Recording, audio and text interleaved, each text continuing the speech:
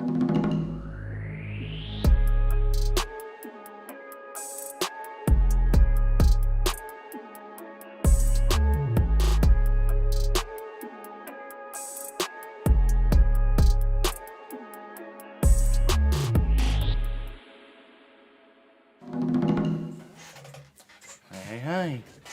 What's going on, everybody? Welcome back to the channel. Welcome back to Gotsta Geddit.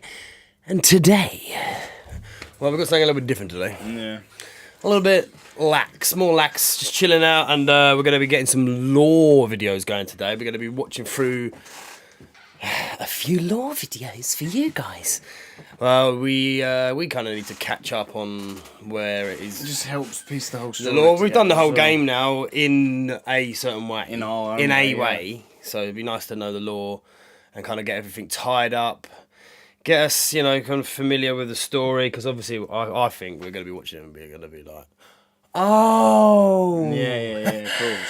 Even that makes sense now. And piece things together differently as well. Exactly, yeah. On my other classes. You know? So we'll be able to get a better picture overall for the game, as well as catch you up if you're not caught up. Yeah. Obviously, it's for you boys. It's not to be not watched. It's not to be not watched, and yeah, drop a chat. Yeah, you're gonna have to get chat up today because I'm mega chat up. Giga chat in it, Yeah, get a giga chat up and get refreshed, you know? Yeah. I gotcha. So join in. Come join us a chat. And we'll get through it. We've got a couple videos to watch, basically. It won't be as long as our normal streams. We ain't going to be doing a 6 hour... Yeah, there might be a few little videos we find at the end and we might watch here and there, but... Give it a good thorough watch. We need to catch up. So come on, guys! Wake up! Catch up with us. Wake up! Made our cam a little bit bigger today. Just in the corner. So much room for activities, you know. Same room as normal. We're not playing, so. Yeah, we're not playing. A bit of interactive viewing. Bit of interactive. Viewing. Interactive. So pass the pad. Pass the pad. Well, we should explain what and who we're watching. What and who watching? Yeah. So all content we're watching, we're going and watch on YouTube. Obviously, all credit goes to the respective YouTubers who created that content. We're not here trying to take or make anything from them. We haven't monetized the video. We're just it's educational. Okay. Is it in headphones? Not sure. So this is Vati Vidya. If you're in the Souls community, you'll know all about it. And if you don't, then we're gonna watch it. We're gonna watch a couple of videos by him and then go on to some other people. He normally gives, I think, the best outlook on it, but and not only does he give exquisite knowledge, he talks with the most elegant voice you've ever heard in your life, and it makes my ears. Well, I would have watched it already, but I'm just why not watch it all together on stream? Ready? I mean, I don't know. Are you ready? Are you ready? I don't think I've been ready to watch these videos. Everyone's quite ready yet. Are you ready? I'm ready. Well, he's got a nice couple of views on this, hasn't he? Vati Vidya. In the lands between. In the lands between. So, warning, because the guy's going to come in and absolutely seduce you with his somber tones. Set up in the phones. Is it not? Wait. Our story doesn't begin in the lands between. Okay, guys. It begins in the cosmos, and, far away, with an outer god called the Greater Will. There are a lot of outer gods mentioned in Elden Ring. Bring it back, I missed everything. It's not, by the way. By the way, into it already. Don't forget to drop a like on the video if you're watching, and you're liking, and you're watching, and subscribe if you're new. Let's get into it. Our story doesn't begin in the lands between. It begins in the cosmos, far away, with an outer god called the Greater Will. There are a lot of outer gods mentioned in Elden Ring. You can think of these kind of like the Great Ones of Bloodborne, they're distant beings. They're all-powerful and they're quite unknowable by design. But many of these outer gods want to make their presence felt in the world. Was so good, the greater will, maybe most of all. To this end, it sent a golden star hurtling towards the lands between. The Elden Star's incantation tells us that this golden star is bearing a beast, an Elden beast. The Elden Remembrance calls it a vassal beast of the greater will. If you didn't know, a vassal is someone who holds land on behalf of their overlord. Obviously, this is fitting in this case, because the Elden beast occupied the lands between on behalf of the greater will, and was a living incarnation of the concept of order. As such, this beast would later become the guy Ring. above him. Like the one. No, really bad. You didn't get it. The outer will, yeah. This where greater will. Yeah, him. He's the one. His name's not Will. It's William. The greater will. The greater William. Whatever. The being. He is the one, yeah. Who? And he's mad powerful, and then this. He's an incarnation of it. Of it, yeah. Okay. But go back.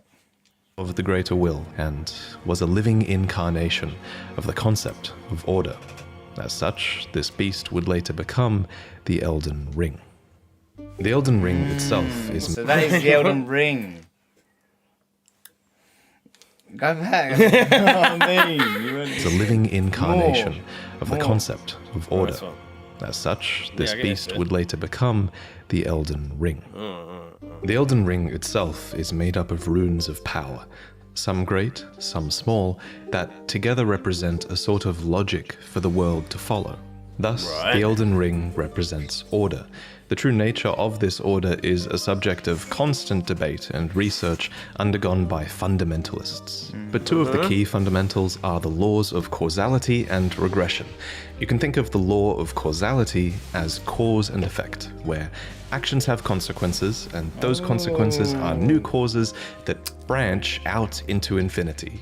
These are the relationships between things. Then already started this just it's gonna get you. Like it's gonna get you. This. You thought you knew where you were. Yeah. Deep. Is the law of regression that states that all things eternally yearn to converge and return to their roots. Fittingly, then, the Elden Ring is housed within the Erdtree, which towers over the lands between. But it's very important to stress. Whole ring. Go back. The whole ring is there. Nothing but the ring. Ring. The ring. Nothing but the ring. The ring. The whole ring and nothing but the ring. Nothing but. You can't handle the ring. You can't handle the butt ring. Yes, that life in the lands between. Hey, we're gonna be doing this a lot. No, we're not.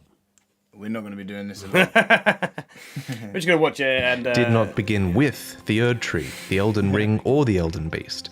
No, the lands between were occupied well before the Greater Will came. There were other beings here. There were other factions here. There were other gods here. And there was even another great tree here before the Erdtree. And this is where a huge twist regarding the Erdtree comes in. So, there are incantations in the game called aspects of the crucible. According to their descriptions, these are manifestations of the Erdtree's primal vital energies. And I quote, "They are an aspect of the primordial crucible where all life was once blended together." But how could all life be blended together in the Erdtree if the Erdtree appeared after life existed? Well, there can only be one answer, right? That the Erdtree is a parasite, and it took over a tree that existed here before. This ancient tree was called the Great Tree. So the Great Tree was almost certainly the location of this primordial crucible, and it must have been a very powerful primordial force for the Greater Will to have commandeered. It might even be the reason the lands between is important to the Greater Will in the first place. It also explains why spells and enemies related to the Great Tree's crucible would eventually be looked down upon. For example, the knot talisman is fashioned from a knotted vestige of the crucible, and it was considered a signifier of the divine in ancient times, but is now increasingly disdained as an impurity as civilization has advanced. Enemies related to the crucible are the Omen, the misbegotten, and the crucible knights, and all three of them. Here we go, the nymph, yeah? Makes sense. As an impurity as civilization has advanced. Enemies related to the crucible are the Omen, the Misbegotten, and the Crucible Knight, and all three of them would be shunned, enslaved, or imprisoned. Those who speak for the Erdtree don't want you to know its roots, so to speak. According to the spell, protection of the Erdtree, in the beginning everything was in opposition to the Erdtree, but through countless victories in war, it became the embodiment of order. In Marika's own words, the Erdtree governs it took all. over the land before this.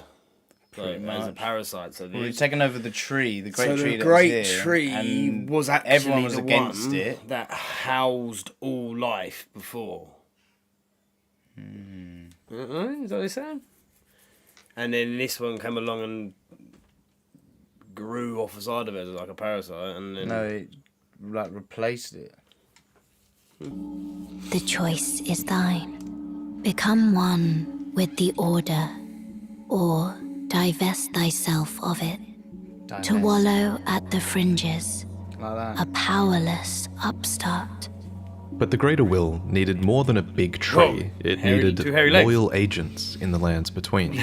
To this end, it has the Two Fingers, who are its envoys. The Two Fingers heirloom has a weird picture of them, but it reads, of course, fingers cannot speak, yet these are eloquent. Persistently they wriggle, spelling out mysteries in the air. Thus did we gain the words of our So faith. Gold Mask does. These with his words fingers, are don't he? interpreted by the finger readers. These are the undying old crones that you would have found throughout the lands between. Is They that comfy? pass down the wisdom of the Two Fingers, or at least they used to. it's crazy how they talk and they or how they I can read them. Most of Listen to them the appear to have lost their fingers. purpose, and they're desperate to read your fingers and tell you annoying riddles, since their two fingers are likely dead. And yes, of course, there are multiple sets of Two Fingers. Yeah. You would have found their corpses on the tops of the divine towers. do two Atop hands, these though. towers, you loot the fingers in be order four to hands, activate so the true more power two of a divine great towers. rune. Specifically, though, you are giving benediction back to your great rune. You're taking a blessing back from the two dead fingers, essentially. This is just one of many blessings that the Two Fingers can bestow, and my Such a point is blessing. kind of that the Two Fingers clearly have more than just influence. They have real power on some level. The Greater Will needs these powerful envoys and agents because, while it's obviously the hand of the Greater Will. Are they his hands? That Whose? got chopped up, and because they said that the three fingers got separated from the two fingers. But that doesn't look like a little finger to me. It could be. incredibly powerful, it does they- seem limited by a few things. First is space. The Greater Will didn't come to the lands between itself, it sent an elden beast to do its bidding instead. Second is time. There is a moment later in the game where your pair of Two Fingers go still because they're forced to commune with the Greater Will for guidance. When they are finished, the fingers will again offer their guidance. About thousands, Tens of thousands. if not tens of thousands, of moons must first pass. No matter for me. But you, how will you ever manage to wait? So crazy. So the Greater Will needs a physical manifestation of order. It needs envoys to convey its will, but what it also needs is a god. Introducing Marika the Eternal. I have this guy that utterly we didn't enormous fight. mind map Queen, of that's Elden her. Ring's Yeah, lore. yeah. There's a reason she's at the center. Yeah, She's that's what I mean. That's her. That's Queen Marika before she turns into him. It's Radagon. And I was doing Gold Mask. essentially the Yeah. And there's a statue you stand in front of Marika, do law regression on it, and it turns into Radagon. And then you tell Gold Mask. How? We didn't know that. We hadn't Radagon done is gold Marika. masks. Yeah, I know I did Quest. him on another character. equivalent of Gwyn from Dark Souls, except unlike Gwyn, Marika didn't just crawl out of the dark and find power. To an extent, it seems like she earned it. We don't know much about her origins, except that she is of the Numen race, which is actually an origin that you can choose in the character selection screen. Numen come from outside the lands between, and are supposed descendants of denizens of another world, long-lived but seldom born. At some point, Marika was chosen as an Empyrean. What is an Empyrean? Well, an Empyrean is a being chosen by the Fingers as a candidate for godhood. As an Empyrean, Marika received the aid of a shadow to do her bidding. So what is a shadow? Well, it's a wolf, shadow-bound to its Blade. Empyrean by the 2 fingers. Lunar Princess Ranni is another example of an She's got Empyrean Blade. with a shadow-bound Malekith's beast. hers. You would have met Malekith's Queen live. Marika's. These creatures are the That's Empyrean's sick. very own Empyrean. shadow. They are completely loyal to their needs and, by definition, incapable of treachery. Marika's shadow was a beast called Malekith. That's sick. Every Empyrean uses their shadow in different ways, but Marika's sole need of her shadow was as a vessel to lock away destined death. So what is destined death? Well, according to Enya, it's destined. the rune of death. The rune of death No, goes by mate. 2 names. The other is destined. Appreciate you joining the stream, mate. What's up, big Trish? Messages, but I can't look at them right now. Yeah, he's whacked with this chat. Sarded, what are you saying? Come into watch some lore, my brothers. Death. Catch up. We mentioned earlier that the Elden Ring is story all made up done. of runes, and What's up, at some point, maybe when she was chosen as a god, Marika plucked the rune of death from the Elden Ring. She gave the rune of death to Malekith, her totally loyal shadow, who bore a black blade imbued at with the this state. rune. That's Marika's. Kind of genius, Yeah, really. Queens. In a single She doesn't act, become she him. removed He the is, concept of death from the lands What was it, between, Nigel? while also She doesn't become him. He is her shadow. Yeah, Yeah. same as Blade to Ranni. That's the same. Yeah, same her shadow. thing, but that's her shit. Like, Yeah.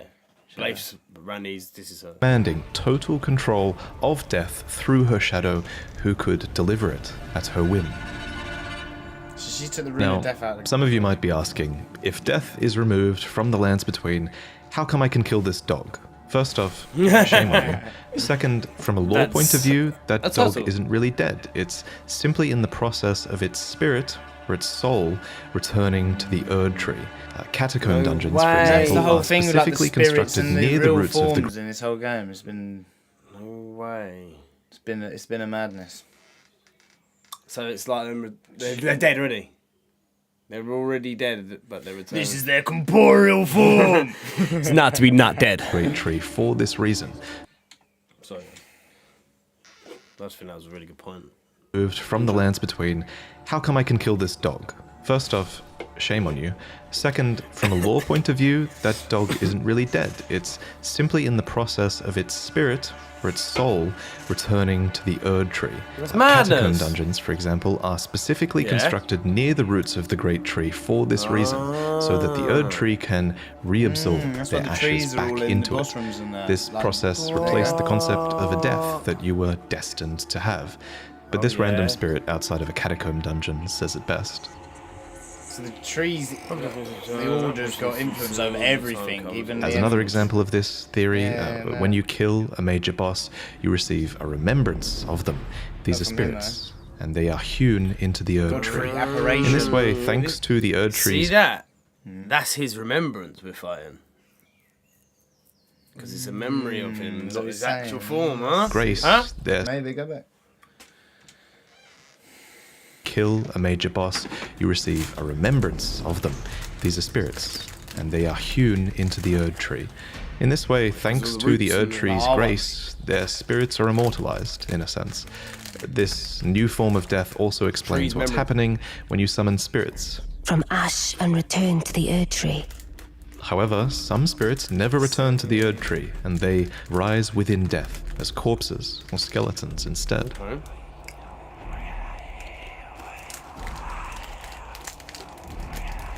So this was the new order. And it's important to stress that it was in this moment, when the rune of death was removed, when destined death was taken, this is when order became the golden order. The forbidden shadow plucked from the golden order upon its creation. Specifically, this was Marika's golden order. Marika. So not only did she become a god and a vessel for the Big Elden Ring, she became renowned as Marika the Eternal for her removal of destined death. It was a huge part of her character and her reign as well. However, Marika had more than just Yeah, death she's a to vessel, conquer. She had wars to fight, as the world was occupied by many forces that could threaten her That's golden two-headed order. one. There was war with the Stormlord, who likely ruled over Stormvale, There was a war with the giants, who were masters of a flame that could burn the Erdtree. There was war with the ancient dragons, who incidentally had stones that could twist time and thus slay a god. And finally, there was war brewing with the Carian royalty, who had previously obeyed laws which contravened the Golden Order. That's her hubby's. Thus, sort of similar to how the Greater Will needed an Empyrean to enforce its will, Marika herself needed someone to wage war. So, there was to be a husband, a consort, an Elden Lord. The man chosen was Hoarah, a ferocious warrior who became known as the Lord of the Battlefield.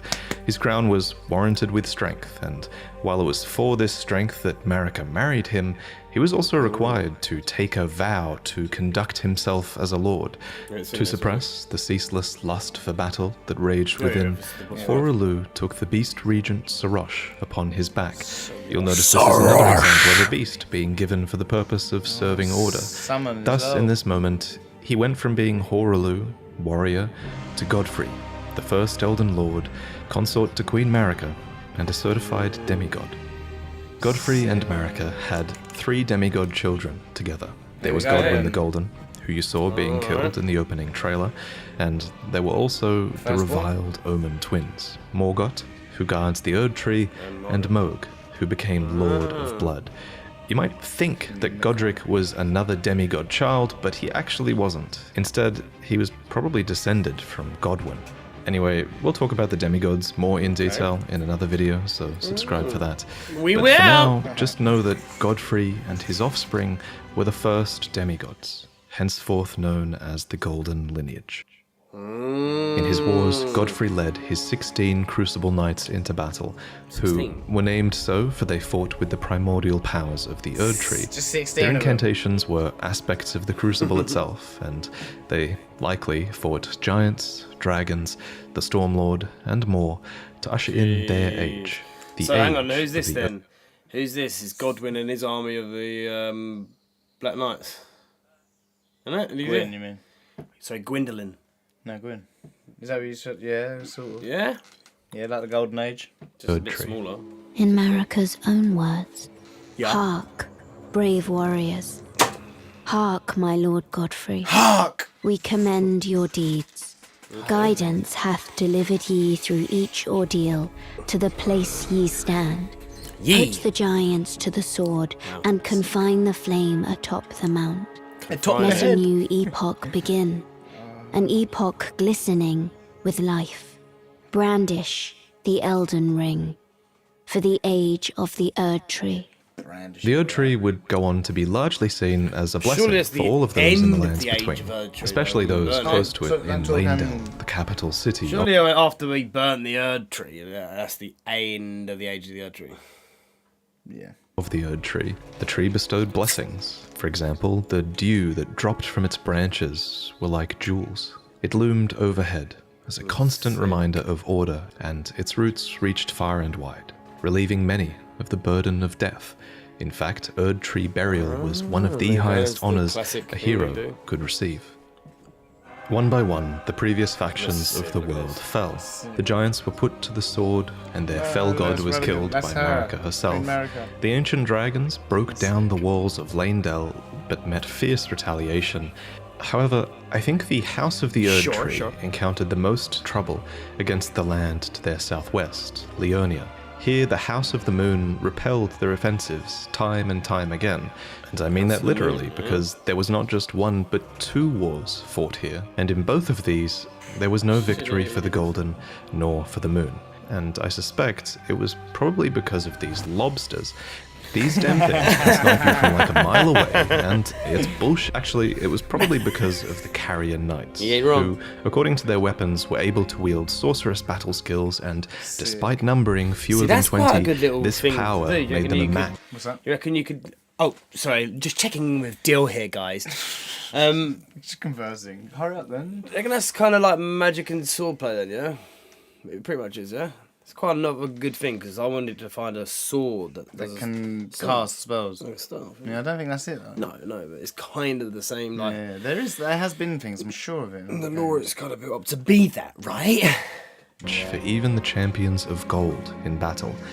These enchanted knights were anointed by the Lunar Queen, a young astrologer who Because didn't we see Lynetta? She had like half staff, half. Yeah. went on to establish the House of Carian as royalty She's in just got that this thing land. With that thing. I'm not sure then. Yeah, Because you get a weapon for killing her, and Yeah, her weapon, and it scales down. yeah, but we should try and use it as a staff. With her bewitching lunar magic, she won over the Academy of Raya Lucaria, where glintstone sorcery was studied, and It's so united annoying. the Carian royal family and the learned scholars of Raya Lucaria defended their home from the golden aggressors. At the head of this great golden army was Radagon. Lord Radagon was a great champion, possessed of flowing red locks. He came to these lands at the head of a great golden host. When he met Lady Rennala in battle, These two champions clashed, fell Like in how they love, reenacted and that. joined their houses. Radagon once cleansed himself with celestial dew, repented his territorial aggressions, and that's swore what his love to happens Rennala, when you Maybe do I'm married, that. of the Erdtree. No, when Joined you atone. Yeah, that's toning what they in joined the- in in the matrimony. celestial dew. The sun and the not the sun, sorry, the moon and the gold. It says it when you go there. That turtle, yeah. Celestial Jew. Yeah. And the fate of the moon were conjoined, and all the wounds of war forgiven.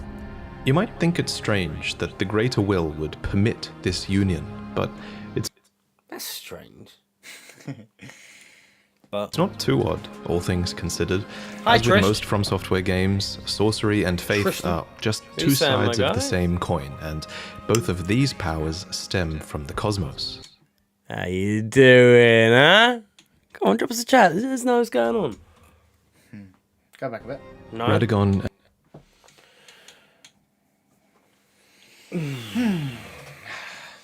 Love Sundays. As with most How From you Software doing on Elden games, Ring, eh? sorcery and faith are just two sides of the same coin, and both of these powers go, then. stem from the cosmos. Mm-hmm. Radagon and Rennala were known to have 3 children together. Here we go. Lunar Princess Ranni, who inherited Yes. her mother's propensity for lunar magic. Radagon, who took after his father Radagon That's why all the and pictures would go are- on he's to master everywhere. gravitational magic. And Rykard, who pioneered new hex sorceries and would go on to feed himself to a great serpent. It follows that at some point after this, Marika began to harbour doubts. Doubts about the Golden Order. Yeah, no way. No way. After all that After her happened, kids. After she had these Fed herself to a mad snake. kids. Yeah, that's it. Couldn't To take feed it himself to a great serpent. anymore. How old is he Having there? doubts. At some point having after doubts. this, Hey, Gotsta, Marika doesn't began it? to harbour doubts. Doubts about the Golden Order that she had had a hand in creating. In Marika's own words, I declare mine intent to search the depths of the Golden Order through understanding of the proper way. Our faith, our grace is increased. Those blissful early days of blind belief are long past. My comrades, why must ye falter? And it's at this point that we should talk about Marika's motivations, her character. Right. This is surely going to be one of those So now it's huge like, points like of a bit of a shift now and everything, isn't it? What's that? Like we've all worked. Feels like This, it's going to shift. You see. well, it has shifted. Now she's kind of having doubts, and then she's starting to put into like motion other plans. That's what I feel like the whole game was doing with everything. It's like, you're going this way. Will. You're It's going not her this way. will, though, isn't it? It's the greater will controlling her through the debate in the coming Trolling years. her. But Trolling her. for now, my working theory is that she wanted to discover the truth behind order and the truth behind the greater will, and she believed that bonds had to be broken so that they could be better understood. She believed that there was great meaning to be found in hardship. Queen Marika has high hopes for us, that we continue to struggle, unto eternity. For Lord Godfrey, his struggle ended at the end of his campaigns. According to his armor, Way smaller. he led the war against the giants, faced the Storm Lord alone. And then there came a moment when his last worthy enemy fell. And it was then, as the story is told, that the hue of Lord Godfrey's eyes faded. In What, 'cause truth, there's no one else he was to challenge robbed him? of his grace. Then Marika sent him away. Knocked everyone off. My So lord, I'm done. and thy warriors. Alone. I divest each of thee of thy grace. With thine eyes dimmed, ye will be driven from the lands between. That's horror loot. Ye will wage war in a land afar, where ye will live and die. This became known as the Long March of the Tarnished, as Godfrey and his tarnished descendants walked away from the lands between. But Queen Marika absolutely had a plan here, that Lord Godfrey and his descendants would one day return. It's his descendants that are the tarnished. And stronger, Crazy. having So struggled mad outside strong, of grace. Then, after thy death, I will give back what I once claimed, return to the lands between, wage war, and brandish the Elden Ring, grow strong in the face of death. Warriors of my lord, Lord Godfrey. Because he was. Yeah, but that's the Soon tarnished. after, she found a new They are husband. the tarnished, then. Either that or No a one new else is husband was tarnished. found for her. Or are they? When Godfrey, first Elden Lord, was hounded from the lands between, Radagon left Rennala to return to the Erdtree capital, becoming Queen Marika's second husband and king consort, taking the title of Second Elden Lord. The mystery endures to this day as to why Lord Radagon would cast Lady Rennala aside, and moreover, why a mere champion would be chosen for the seat of Elden Lord. Whatever the case, as a part of this union, the Radagon's cases. prior 3 children with Rennala became demigod stepchildren, granted grace thanks to their new family tree. Rennala was broken by this, and so was her country, Leonia. The Queen Set reads, when Rennala, head of both the Academy of Raya Lucaria and the Carian royal family, lost her husband Radagon, her heart went along with him. And then those at the Academy realized that Rennala was no champion after all. In the wake of Radagon's betrayal and Rennala's poor judgment, Leonia struggled with civil war, with the Academy of Raya Lucaria on one side Can't hear when you're just muttering. Yeah, what are you saying? and the Carian royals on the other. And it's here, during the age of the Erdtree, that Lunar Princess Ranni, daughter of Rennala and Radagon, stole a fragment of the Rune of Death. It happened during the golden age of the Erdtree, long before the shattering of the Elden Ring. Someone stole a fragment of the Rune of Death from Malekith, the Black Blade. As mentioned previously, Malekith was Marika's shadow, and he had sealed destined death in a black blade. Then a fragment, only a fragment, of this Rune of Death was stolen. And once this happened, Malekith went a step further in protecting destined death. He bound the blade within his own flesh, such that none might rob death ever again. It was too late, however. This fragment of the Rune of Death was used immediately, that night, to kill a demigod, Marika's own son, Godwyn. Mad thing. That was the first recorded death of a demigod What's in this? all history. Hey, what's going on, Marowski? We are watching Elden Law today. Elden Ring law, yeah? Elden Law Ring. Elden Ring. Elden Law. And this is video explaining Elden Ring's law. Vatja.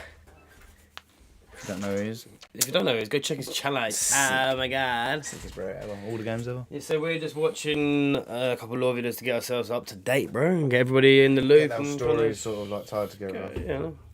It's a big game, mate. 150-hour game. 200 hours. Well, yeah, in its entirety, man. Yeah. history, and it became the And it starts right now. To kill a demigod, How you doing, right, Marika's yeah? own son. I would like to Godwyn see the that. God. That was the first recorded death of a demigod in all history, and it became the catalyst.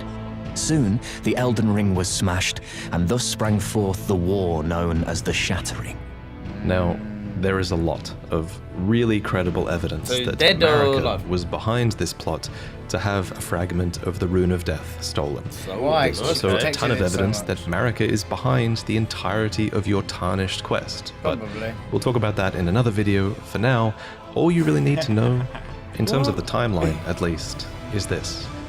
Go on. After the marriage of Marika and Radagon, and after a fragment of the Rune of Death was stolen, Marika went on to shatter the Elden Ring, and Radagon attempted to repair it, to no avail. The Elden Ring had been broken into runes, some great and some small. You know, it's said that Lord Radagon harbored a secret. A famed sculptor of the Erdtree capital was once summoned to render Lord Radagon's likeness in giant stature, when he glimpsed the skeleton in Radagon's closet. And as such, it's said the great statue harbors his secret too. Of course, the huge twist in Elden Ring is that Radagon is Marika, or depending on what you believe, he became her, for she knew it was going to happen. In Marika's own words, O Radagon, Leal Hound of the Golden Bro, I don't get that. It's one person, bro. Now, is it just because he's trying to it was two people. seek what she is doing? Now he's taking Of course, the huge twist in Elden Ring is that Radagon is Marika, or depending on what you believe, he became her, for she knew it was going to happen. In Marika's own words, O Radagon, Leal Hound of the Golden Order, thou art yet to become me. Got the Rubicon Thou raw, art son. yet to become a god. Let us be shattered, both. Mine other self. You can tell when From Software is keeping something a little bit open-ended, and of everything in Elden Ring's lore, this will also go on to be one of the biggest unknowns as we move forward. For example, the wording, thou art yet to become me, reinforces that Marika and Radagon were two separate entities before the shattering. However, in contrast, there is also evidence that Radagon was always part of Marika. For example, Enya says that The demigods are each and all the direct offspring of Queen Marika. but how can this be if Radagon married Rennala and had those demigod children? Because it's Radagon. The only way that makes sense is if Radagon was always Marika and he just went over there to seduce Rennala long ago. I'll present more concrete theories in the future, but on this matter, the most important thing is, what do you think? While you can figure out a ton of Elden Ring's story, not all of it is open to interpretation. Certain things are, and this is one of them. And your interpretation is a big part of what makes this story special. At any rate, the union of Radagon and Marika seems to be a union of two fundamental opposing laws of the Golden Order. We mentioned these laws earlier, actually. There's the law of causality, and Marika is an agent of cause and effect. And there's the law of regression, as Radagon is a character who aspires to be complete and regress together. So I have a theory that forcing these two beings that represent these concepts together would have corrected Marika's deviance. But even so, she was imprisoned in the Erdtree for the crime of the shattering. Marika's trespass demanded a heavy sentence. But even in shackles, she remains a god and the vision's vessel. Just a little bit. Why? I just missed what she said at the beginning, that woman. Trespass demanded a heavy... Radagon's. That's what it says. That's what you have to tell Goldmask. Radagon is Marika. Because that's what you do. Marika's To get the deviance. statue unlocked. But even so, she was imprisoned in the Erdtree for the crime of the shattering. Marika's trespass demanded a heavy sentence. But even in shackles, she remains a god and the vision's vessel. The conjoined Radagon and Marika even had two demigod children of their own, Miquella and Malenia. These two children were born afflicted. Miquella was cursed with eternal childhood, and Malenia harbored a horrific rot within. Even so, these two children were What the both hell? chosen. Hold on. Her name is They Melina. fused into one. Who did? Yeah, Queen Marika and Radagon. Not really. And now they've had kids again. Not really, like... And that's why they're all like. No, they had inbred. kids before. No, these are new kids. Keep up. But it's the same people. It's the same Miquella was cursed with eternal childhood, and Malenia harbored a Malenia. horrific rot Malenia. within. That's her name. Even so, these two Call her children were Malenia. both chosen as Empyreans. They were immensely sacred beings and eligible to inherit godhood from the greater will. That's nuts. Perhaps the Greater Will was just desperate to find a worthy successor, and indeed in the Shattering War to come, many would try to claim the shards of the Elden Ring, and they Everyone would wants to try become a to god. take the throne, Only a including, couple of can. course, the Tarnished, who returned from their long march at long last, which we'll talk about they've in the marched next from main lore video. The old I tree should to the new probably tree. also mention here that if you become a patron, you'll see upcoming lore videos early, as that's one of the rewards you get if you pledge to the $3 tier. And if you think my channel really adds a lot of value to the Souls games for you to the point where you pledge $20, then in this new tier you'll receive a new mug every 3 months that has a unique design on it, to do with the games by From Software. There are 4 to collect.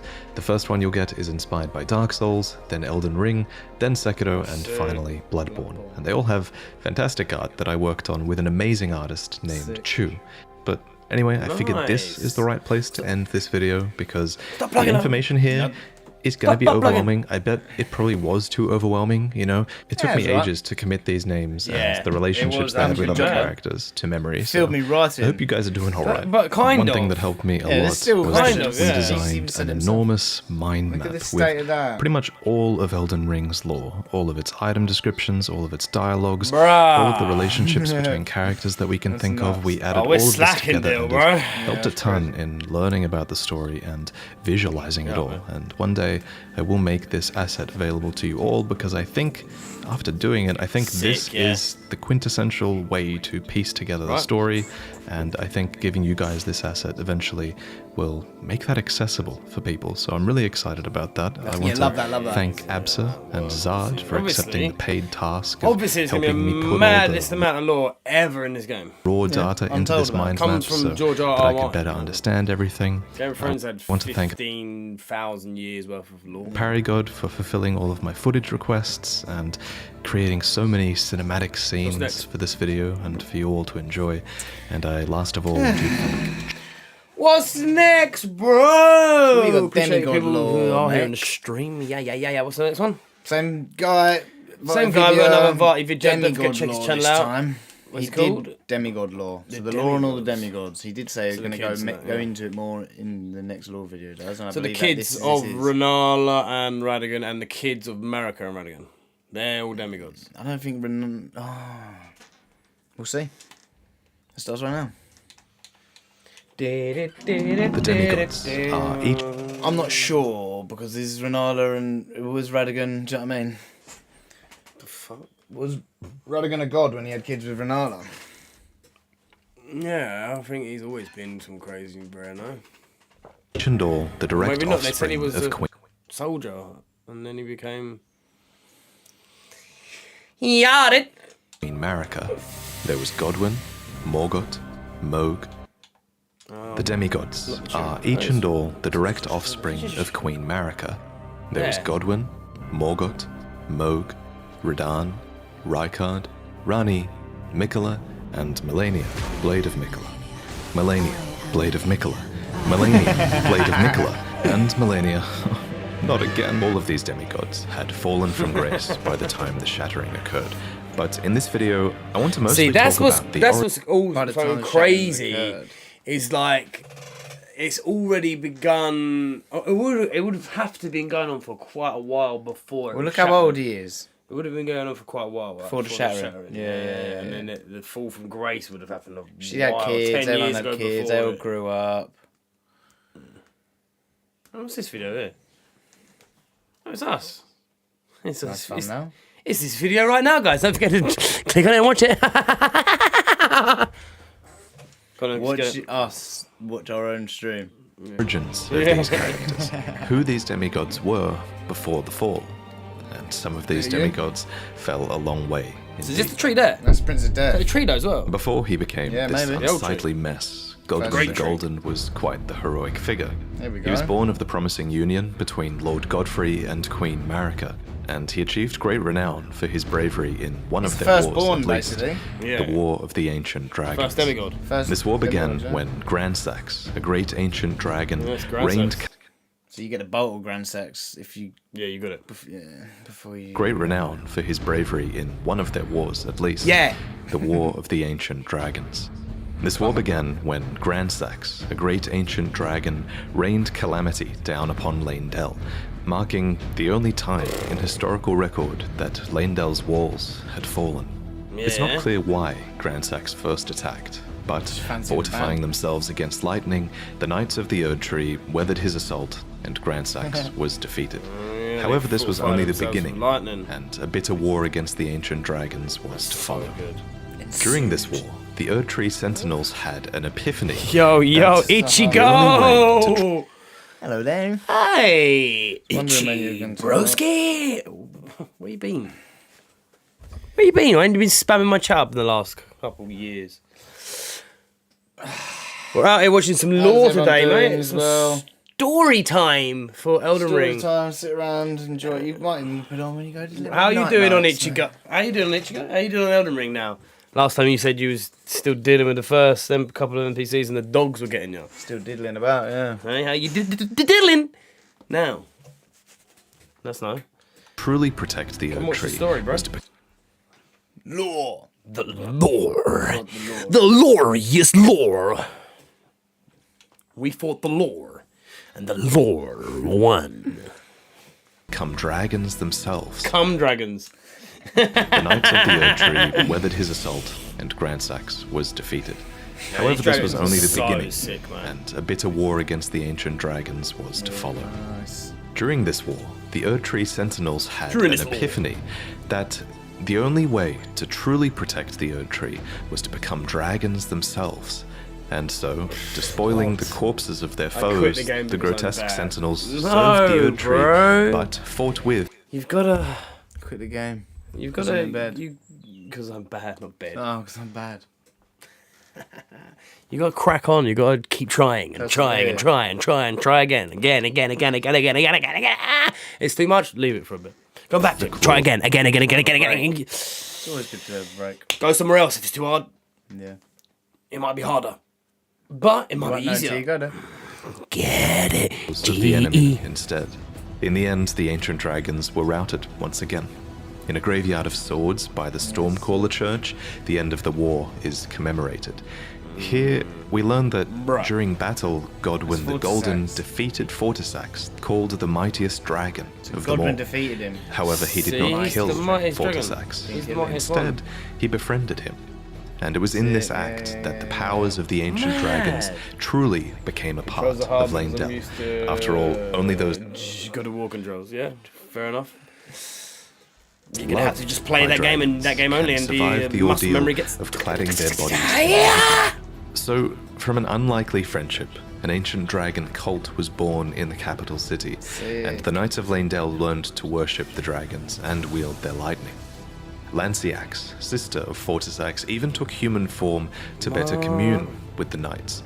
It was officially decided that the worship of the ancient dragons did not conflict with belief in the Erdtree, and it was all thanks to Godwyn, and then someone commander of the dragons, Golden Lightning, and, became and dragon the true child. Then someone had a kid with her, and they became Dragonborn, born of the first, yeah? That's next game. DLC. Dragons did not conflict with belief in the Erdtree, and it was all thanks to Godwyn, commander of the dragons, Golden Lightning, and a true child of the Golden lineage.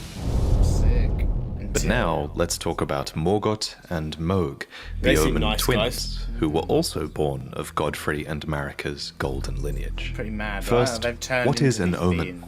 Well, to put it simply, an omen is an accursed child seen as impure, as they are born with horns on the body and face. When this happens, the correct thing to do, culturally at least, is to cut off the horns of the omen, an act which usually causes them to perish. It's pretty messed up, but some omen do survive this process, and some omen are even given a cleaver, crafted specifically for them and awarded as a tool of war, although these weapons are bestowed with a readiness to take them away. We find one such omen in an Erdtree camp upon the Altus Plateau. Before you fight it, you might have noticed another omen nearby writhing in its sleep. It's said that omens see evil spirits in their nightmares, and I think this omen is dreaming, haunted by the vengeful spirits of its accursed kin. This brings us to the Omen Killers, who are horrifying butchers of twisted conscience. They wear these horned masks that make a mockery of the Omen's nightmares, and these butchers hunt the Omen and amputate their horns. The first Omen killer was named Rollo, a famous perfumer who had to imbibe a physic to rid himself of emotion so that he could better perform his tasks. Remember, it seems many Omen have their horns excised when they're very young. That's definitely disturbing enough to warrant an emotion-killing physic in my book. However, if the Omen is born of royalty, then their horns are not cut off, but the Omen is kept underground, unbeknownst to anyone, and imprisoned for eternity. By way of example, you would have seen all kinds of Omen. The sentence they actually give it is for eternity. I only lived like 10 years. Eternity's a bit much, isn't it? I mean, my whole family forever. Into the sewers beneath Lane. But why are Omen considered to be accursed in the first place? Some of them are clearly intelligent, so what's inherently wrong with being born with horns and great strength? Well, it's important to remember, I think, that this curse might only really exist in the context of the Golden Order. After all, those afflicted with Omen horns are not able to return to the Erdtree for rebirth, and are said to be born outside of its grace. But why does the Golden Order disavow the Omen, then? Well, it's hard to say for sure, but my working theory is that it's to do with the crucible. According to this ancient incantation, horns were once an aspect of the Erdtree's primordial crucible, where all life was once blended together. And with the exception of a couple of crucibles... It's already been through like a couple of ages already before we got on. It's like... been here ages. And it's like... We're told to do what the Two Fingers want us to do and restore the Golden Order. Is that this, or is... Do you know what I'm saying? Is that the time before the Golden Order? Repair the Elden Ring. Nights in and around Lane. We know that the Golden Order has started to distance itself from most things that touch upon the crucible. While things like horns, knots, feathers, and scales once grew on the human body and were considered signifiers of the divine, now they are disdained as impurities as civilization has advanced. We learn this from the knot, scale, and feather talismans, all of which are guarded by Omen, or dropped by Omen killers, no less. Unfortunately for the Order of the Erdtree, these once divine impurities seem to crop up in some births, whether they like it or not. Almost like it's a genetic trait, as if it touches upon the crucible at the root of the Erdtree. And so you have to ask, is it really a curse to be born as a graceless Omen? Well, as with most curses in these games, I think that depends on your perspective. Yeah, who you... In any case, Mohg and Morgott were Omen royalty, and thus they were born into a wretched mire far below the earth, horns and all. Here, they were kept under the strictest confinement. Each of them were bound with charmed shackles that were covered in roots or thorns and bathed in golden magic. It seems very few people were supposed to know that they even existed. That's what they're for. Morgott, for his part, renounced and despised his accursed Omen blood, but his brother Mohg embraced it. Deep underground, Mohg stood before an outer god, a being called the Formless Mother. There's a horn in his eye, bro. Has the horn gone so far it's now twisting into his eye? You know what I mean? It's hey, cool guys. Ah, what's Something up? baby? Back today Feeling with cool on some a Sunday. lore. We're watching lore today, boy. I'm getting caught up. We fought the law and the law won, so we're here. Glad I came to see if you're online. It's always a treat, isn't it, when we see you. Hey, we stream every Sunday, don't forget that, huh? Yeah. Hey, get yourself in. Is it pissing down? Open the door up. Is it slightly spitting? Open it out, let's have a look. Let's have a little chat anyway. It's not in the toilet.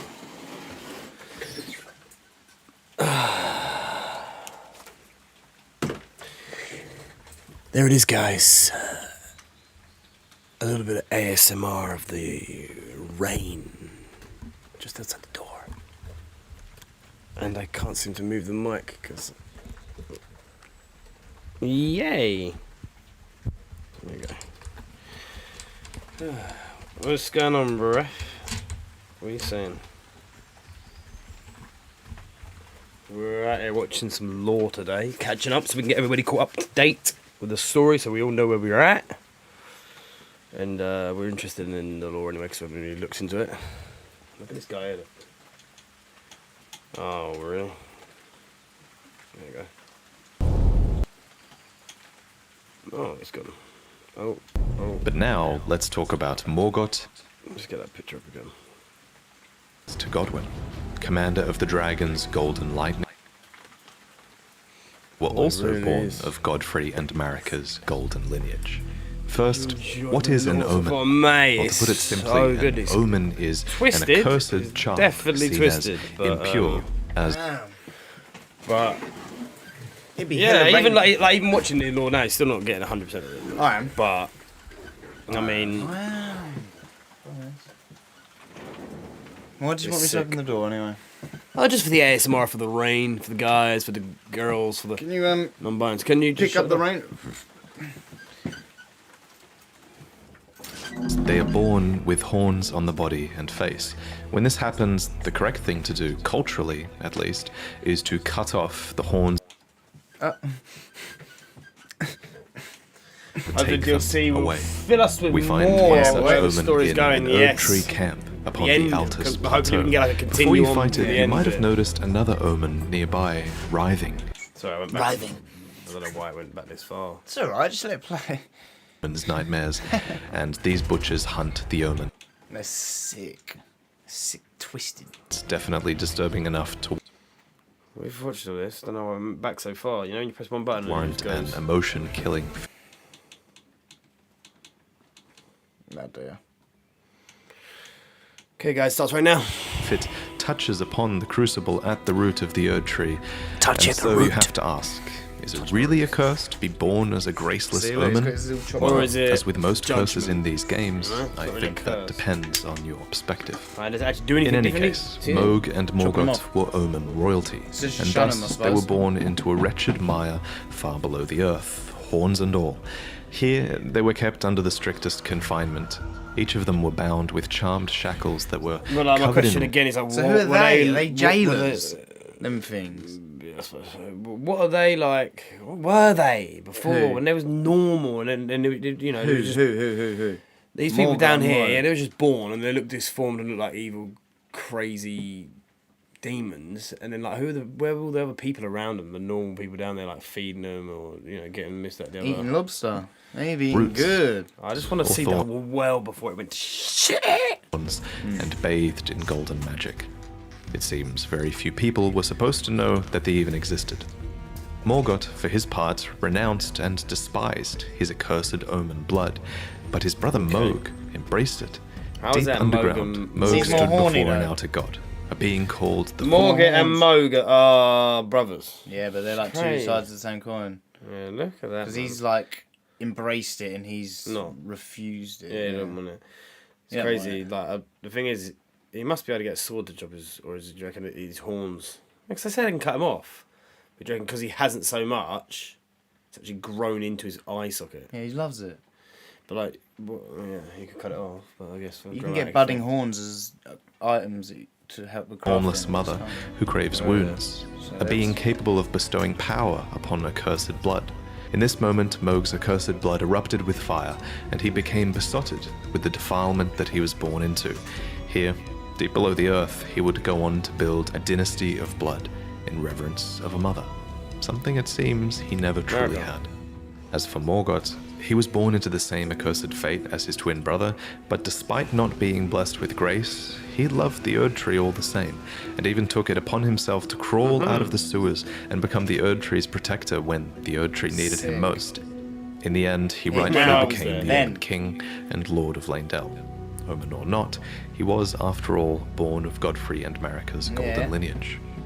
The golden That's what lineage. Godfrey's The holding him. marriage in, between Godfrey and Marika Dad. would be ended, and before long, Marika remarried with another man, a champion named Radagon, See, a who champion. Marika calls her other half. He became second Elden Lord and the king consort, but he also brought with him 3 children from a previous marriage that he had had with a Carian Rennala. queen named Rennala. These children were Ranni, Rykard, and Radagon. and they all became So demigod these three versus the other stepchildren after demigod bosses, Radagon's you reckon? reunion with. It's on your wish list. Yeah, we're in a bit of a DLC for this. DLC for this, yeah. That's what we're. We've got. We've got God of Great War. question, God of War's got he's got a date for God of War. Oh, I don't know. Question time. I can't wait for Saints Row and Gotham. Bro, no way! No way! You actually say Literally both of them. both of them games. Saints Row looks.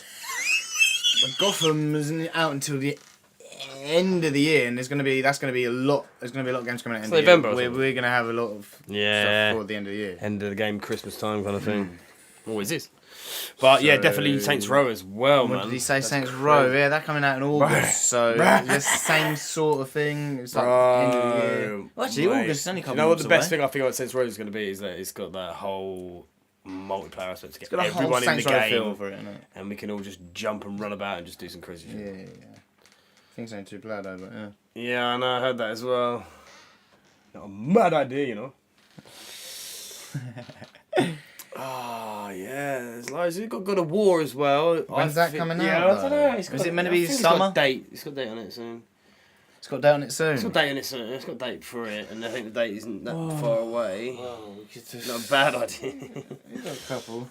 Oh no, we got the list of games that we We've got started games that we this haven't year. even finished. Yeah, we've done So on the Demon channels. Souls, Dark Souls, well, We ain't Elden done Ring, Demon done Elden Souls. Ring, Crash, yeah, they kind of we done a bit of Crash. Did do Demon Souls.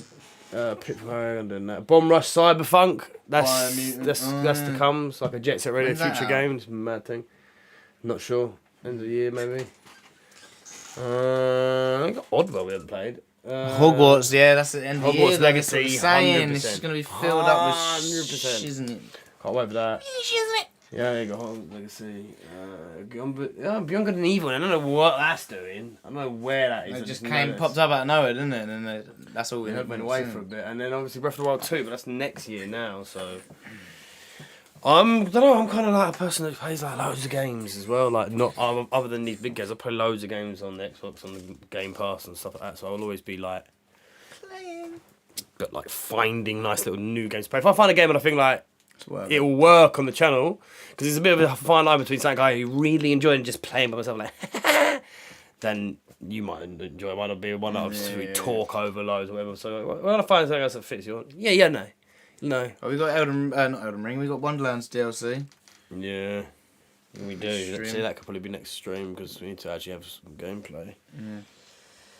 Yeah. Yeah.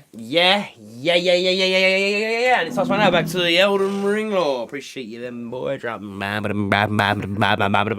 Marika. Queen Marika. Possessed of his father's flaming red hair, Radahan was fond of its heroic implications and considered himself to be born of a great champion. Yet he also looked up to another man, Godfrey, the first Elden Lord, Queen Marika's first husband and the Lord of the battlefield. But Radahan wasn't just the son of Radagon. DLC for the village, is there? Really? You're talking Just about downloaded Biohazard. Resident Evil. Yeah. Yeah. I did say we could do that on the channel. Yeah, but I think we have to do it in VR. We don't Just have to get that. that. Yeah, I know. We can get that. I think I'll do it. I've never really played Resident Evil games, but But like, I played Biomutant, Biohazard. yeah. And that's scary. Like not like oh my god. You gotta it's- run off and it's you sort of psychological run- and shit. yeah, Like, yeah. did you ever play PT? Mate, Yeah. that the one game where you go and answer the phone. and you have to keep going around the circle. Yeah. Dash. It's the mixture of like, am I getting the loop right? What's that over there? And the crazy noises, it just gets you. Paranoia. It's innit? like some baby crying in the Yeah, it's sink, nuts. and you hear him on the radio. You and could stuff do like it in one stream. What noobs? Villaging, yeah. Apparently it's not very long. Yeah. If we got VR though, that'd be immense, mate. We'd be crying on the floor. Yeah. And Maybe an just get aspiring him. lord. Maybe just do that. What, get VR? No. What would we get VR for? PS5? Yeah. Godfrey, the first Elden Lord, Queen Marika's first husband and the Lord of the battlefield. But Radagon wasn't just the son of Radagon and an aspiring lord of the battlefield. He was also the son of Rennala, who was head of the Academy of Raya Lucaria and Queen of Caria. So as a Carian royal, inclined towards sorcery, Radagon bent his will towards mastering gravitational magics. Rock sling, gravity well, collapsing stars. These techniques were taught to him in Celia, the town of sorcery, all so he would never have to abandon his beloved but scrawny steed. That said, before long, his powers would be put towards a more cosmic purpose. Right, about 12 hours I think it took me to beat, but I've played it a few times. So 2 streams then? Yeah, but well, you could do one Super stream. Try and get it done in 12 hours, less than 12 hours. You have to stop the stream at 11 hours. No, because he's played the game. That's what I'm saying. If you've played it a couple of times and then you're getting 12 hours, that's not bad, but your first time ain't going to be 12 hours, right? But we could do it and then just keep playing it after 12 hours. Right, that's it. We didn't do it. Sorry, guys. Bye. 11 hours. 11 and a half. Minutes. Yeah, 11:55. Where's his picture, my guy? Don't know, but his horse is just... And so he actually learned all Thanos. of this magic just so he could keep his horse. That's what he said. Right, because it's the gravitational magic, so he's using it to float a little bit. He's using his horse, floating his horse about as well. No, he's floating on top of his horse, I think. Oh, and his horse just can use gravitational magic. No. And then his horse can just walk around normally because it's scrawny, but the bird's like floating off of it a little bit just to save his steed. I think that's what so he ain't sitting I on don't it. give a farada, I want that. Oh. Yeah, you can take a picture. Can't. That's so bad, isn't it? No. That's terrible, mate. What are you talking about? Just get it later, chill out. I like that, though. Explore ABS stuff. Yeah, don't rush. Yeah, but no new food. No need to rush the stream. Could make it 2 or 3. Yeah, I see what you're saying. Explore episodes.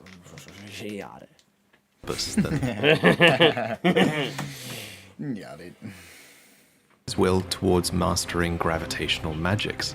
Rock sling, gravity well, collapsing stars. Gravity. These techniques were taught to him in Celia, the town of sorcery, all so he would never have to abandon his beloved but scrawny steed.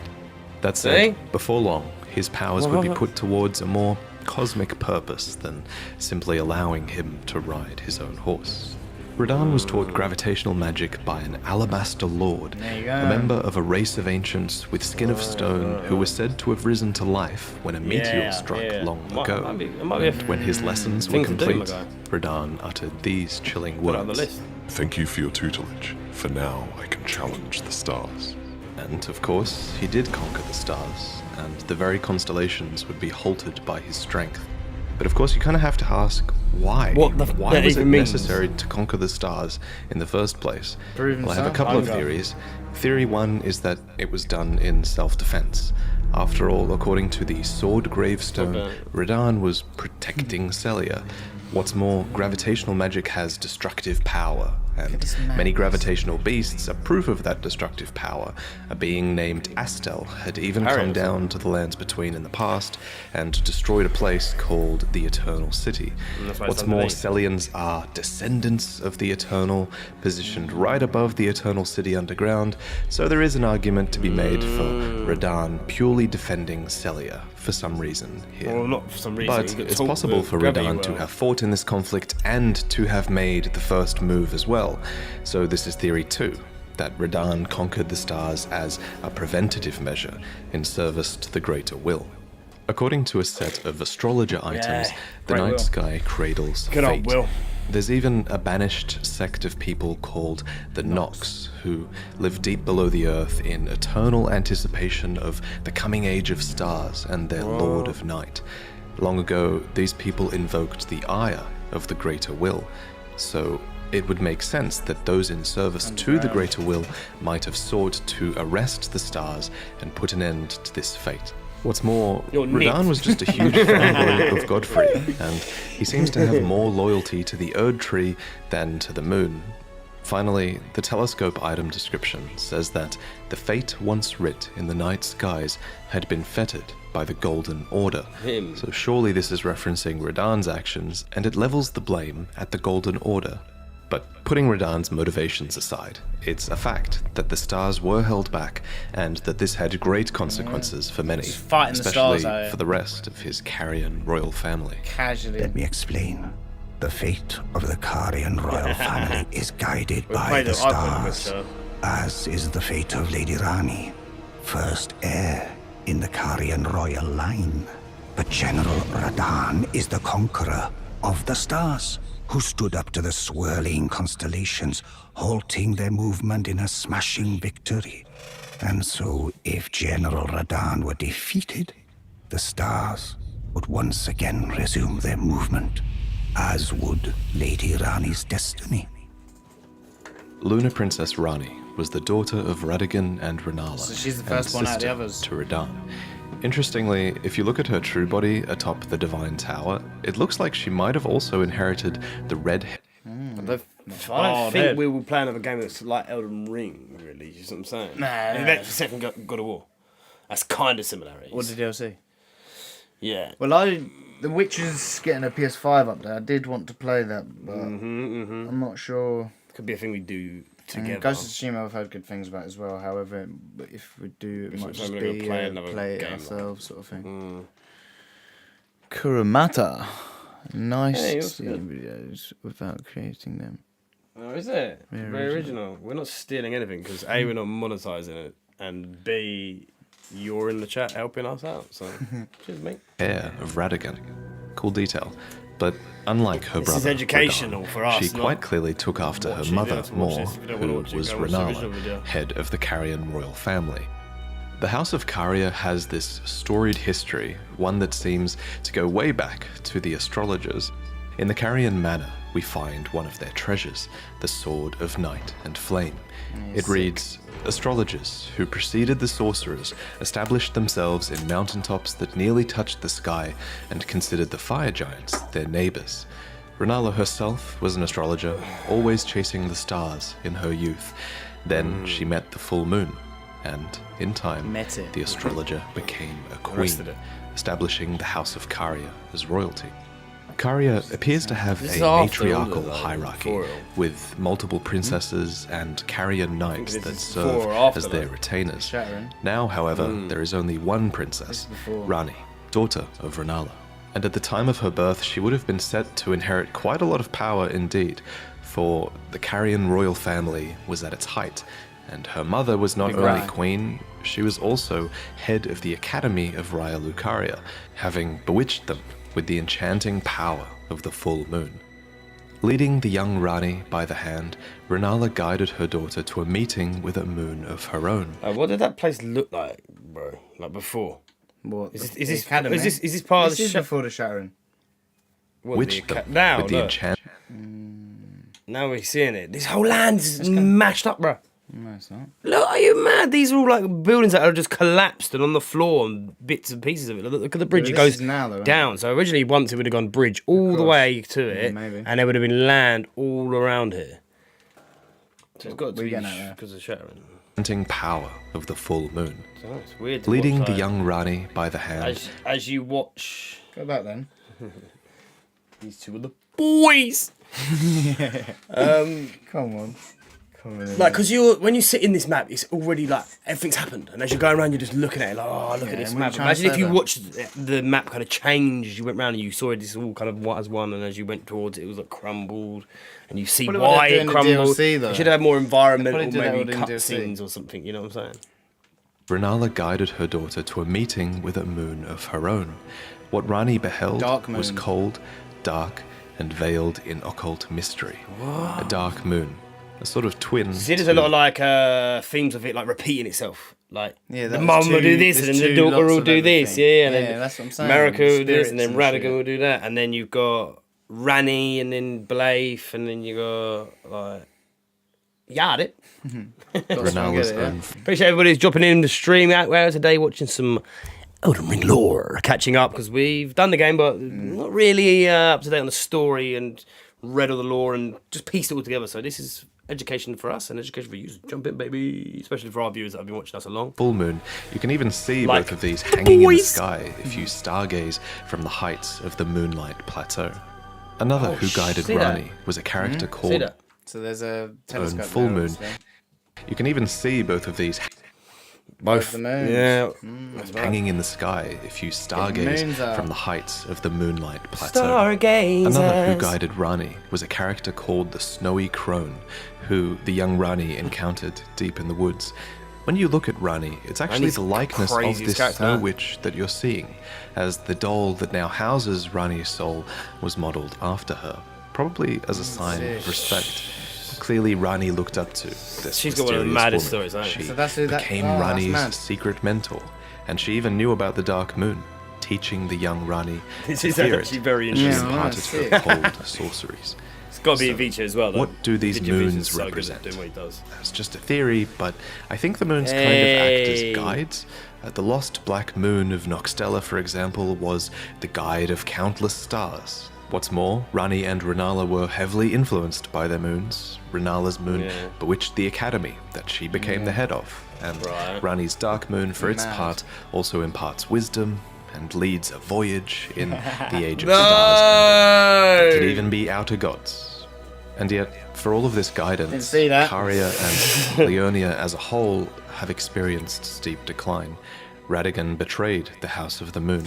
Like, was he there, Radagon just locked walked the off? stars. Like, No, literally but it's just good carried though. on walking. It's good to, what he like, does because he does. That's he does reenactment it, almost, yeah, isn't it? You know what I mean? that's He it. dresses up as the character, gets him in. Yeah, yeah, although it's they kind of look smaller. Didn't say a thing. Yeah. The Academy walked off town and is then went to flooded to marry the these north. Caria has Marika. been ruined in the west, and Yeah. the stars and moon have gone their separate ways.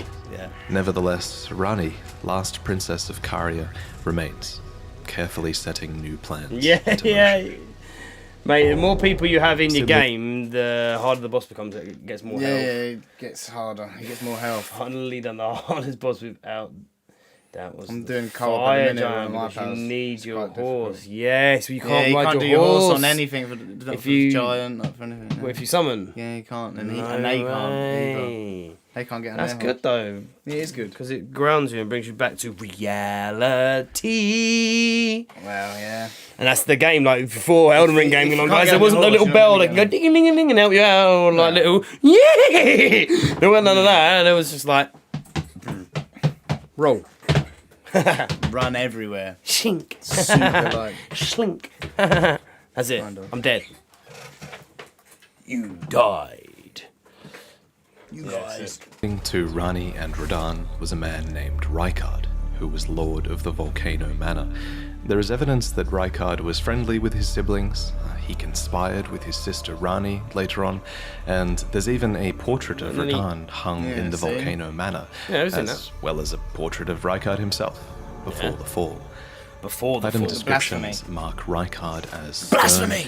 ambitious, heroic, and blasphemous. Mad. Yo, what's going on, Part of BK? his blasphemy yeah. was opposing the Appreciate you dropping Erdtree, by. which actually drew many knights to his banner, for Rykard believed in taking by force, just as the gods did. You just Gotsta Clearly, Geddit. many believed that he would usher in a new age. The armor set of the Gelmir Knights reveals to us what were once very loyal soldiers. The crest of red feathers are there to symbolize Rykard's hair. pedigree as Lord Radagon's son. Yeah, And the emblem upon the chest piece represents a lord who had lofty ambitions. However, He's a bit as of a Rykard different delved into the kind of ancient child, though, secrets of Mount Gelmir, He's crazy. he Yeah, came this guy's across mad. the immortal Great Serpent. Oh, what's an up? Just came ancient across it. deity Yeah, oh, right. aligned with At the bus Rykard's stop. ambitions. And so, Rykard fed himself Fire to the giant Great is Serpent just ridiculous, so that he really. might devour, grow, and live eternally. Alas, imagine that. this was too much for his knights, and they believed that their master's heroic ambitions had degenerated into mere They greed. made the sword. So they searched desperately for a weapon with which they might halt their lord. Imagine And they if found Jesus it gets too. saved by Blood. the enemy. The Sweat immortal and serpent tears. had lived for a long time, and so there was also a weapon to kill it that had been designed long ago as well. A serpent Mad hunter. fight. But it was too Who's late. the serpent You know what, hunter like, then? like, during this Who's whole- the serpent hunter then? That's mad. Sumper. From back in Sunta. the day, it was made years ago. Oh, okay then. Let's just go back loads. Literally. So the thing is, when you play these games, you get caught up in a lot of like, oh, go in, move in. Like you forget how utterly Grotesque. marvelous the Blasphemous. how the scenes are set up, the boss fight scenes. It's so incredible. Yeah, that's what I'm saying. When you fight the bosses, you're like, boss! You're just looking at your character. And then when you're watching someone else play, you're like, oh, this mate, this is mad. Yeah. We must look mad when we do it. For a long time, and so look at this. It doesn't even follow out though. Game you playing? Where are you at? Been designed long ago as well. A serpent. Do you think that the things hanging up here, the chandeliers, are reminiscent of But he's moved out Academy? No, because he's from the manor. But is he not son of Rennala? Mate, this is mad. Is he not son of Rennala? No?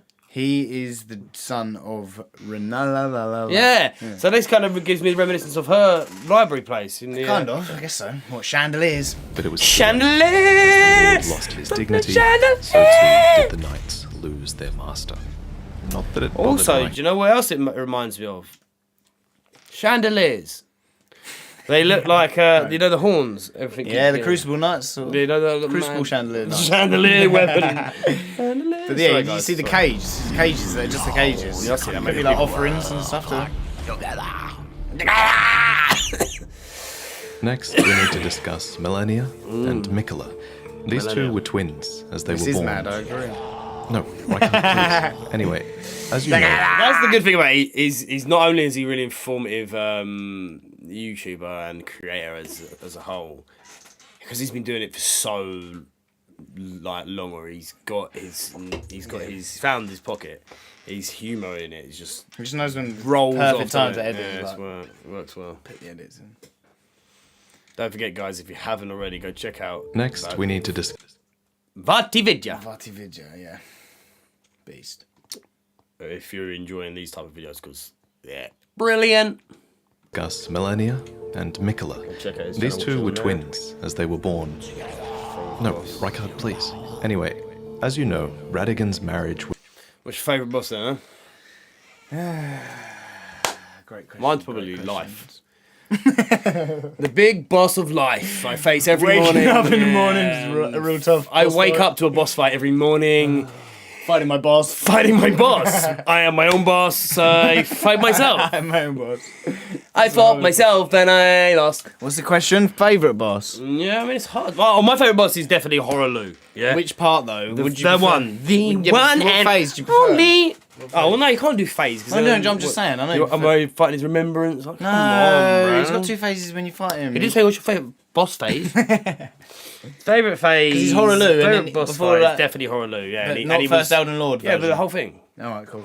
His name's Horaloo. That's who he is, and then he became Godfrey, didn't he? To become the Elden Lord. Oh, come Elden Lord. No, he couldn't. There you go. Horaloo's my definite favourite, aka Godfrey, the first Elden Lord. 100%. Don't know something about it. Just I love Radagon and Lich Dragon. yeah. I like watching people fight Radagon. I don't like fighting him. but I did knock him up the other day though, actually on my Well, I think build. the reason I like Horaloo is the reason I like Radagon. You know, he's just a big beast, but it also really provokes story in my head. When I saw Horaloo, and then I thought about the first Elden Lord, I was yo, man's getting rich with history up in my head right now, and I just like started exploring that in my mind. I think she was my favourite. Malenia. Rennala. Malenia. Blade of Malenia. Miquella. Malenia is my favourite. Just Malenia. sick, like how she gets her health back. And the second phase Boss is of now. life is undefeated. Everything Other than dies. that, Radagon and Elden Beast is dope. I think that's Radagon, sick. yeah, the last boss is horrendous. It's horrendously good. Yeah, it's mad. Yes, Raph, you're But the boss of life is... You're right. It's undefeated, baby, undefeated. But Under a dab. we're out here trying to do some unprecedented stuff. You know, step into Go the back into it. domain of the gods. Get back into it. We're out here trying to become immortals, guys. Trying to become the Elden Lord. We're becoming Hold up. immortal in your hearts. Well, hold up. Hey, wait a minute. What's your favourite boss? Malenia, yeah. Malenia. Yeah. Malenia. And he said Lick Dragon and Yeah, I do like Lick Rennala Dragon. did I not also like last. Placidasus, or whatever his name is, the two-headed dragon. Placidasus. Placidasus. I mean, the thing of bosses in this. Hello, the boss is alright! Like, and the thing with bosses, like, I think like the big bosses get all of the lore limelight. attached to them, which makes it more interesting. So you could fight, you know, the Bloodhound Stepper. You didn't ask what was your favourite boss lore. Bloodhound Stepper, and that could be it. That's your favourite boss. But like, you know, when they got more loyalty attached to them, that's I think like the grafted ski on like. I think the Skybox in K-Lid's the favourite boss. The favourite boss. But my baby. Back to the law! These two were twins as they were born. No, Rykard, please. Anyway, as you know, Radagon's marriage with Rennala did not last. Afterwards, he returned to the Golden Order and became Queen Marika's consort. But what I haven't yet mentioned is that together they were blessed with 2 demigod children. You put it in again. Yeah. Oh, you gotta love it. Funty. Afterwards, he returned to the Golden Order and became Queen Marika's consort. But what I haven't yet mentioned is that together they were blessed with 2 demigod children, the so-called twin prodigies. Now, in the last little video, I briefly proposed... Which is the two... Is the Malenia and Miquella. No, Malenia? They are sisters. Brother and Soul sister, go sister. Yeah. brother and that sister. these 2 twins were born after the shattering, Oh, yeah, twins. after Radagon and Marika had merged together to become a single god. That's what I'm saying. Yeah, so really the So they child is they actually was born between out- Rennala and Marika. No. But through the vessel of a No. man's No. body. No. Oh, you're mad. That's the... They joined to one body, so they got Yeah. everything they need. But this is... Yeah, but And listen, then she just squeezed them They to had that. the kid. Two not twins. Rennala, not Rennala's kids. Marika. With Radagon. Yeah. With So, Radagon. do you want me to go through it all again? I've since changed I my want you to mind. do anything. I think I'll do it real Malenia quick. and Miquella Oh, were anything. clearly born Okay, before thank the you. shattering. There's just so much proof that these 2 twins were a force that were influencing the world long before the shattering took place. Anyway, both of these twins were born afflicted. Specifically in the Japanese One text, Scarlet it Rod, said that their one- births were vulnerable. Miquella was eternal born childhood. afflicted with eternal youth, and Malenia, for her part, was vulnerable to rot.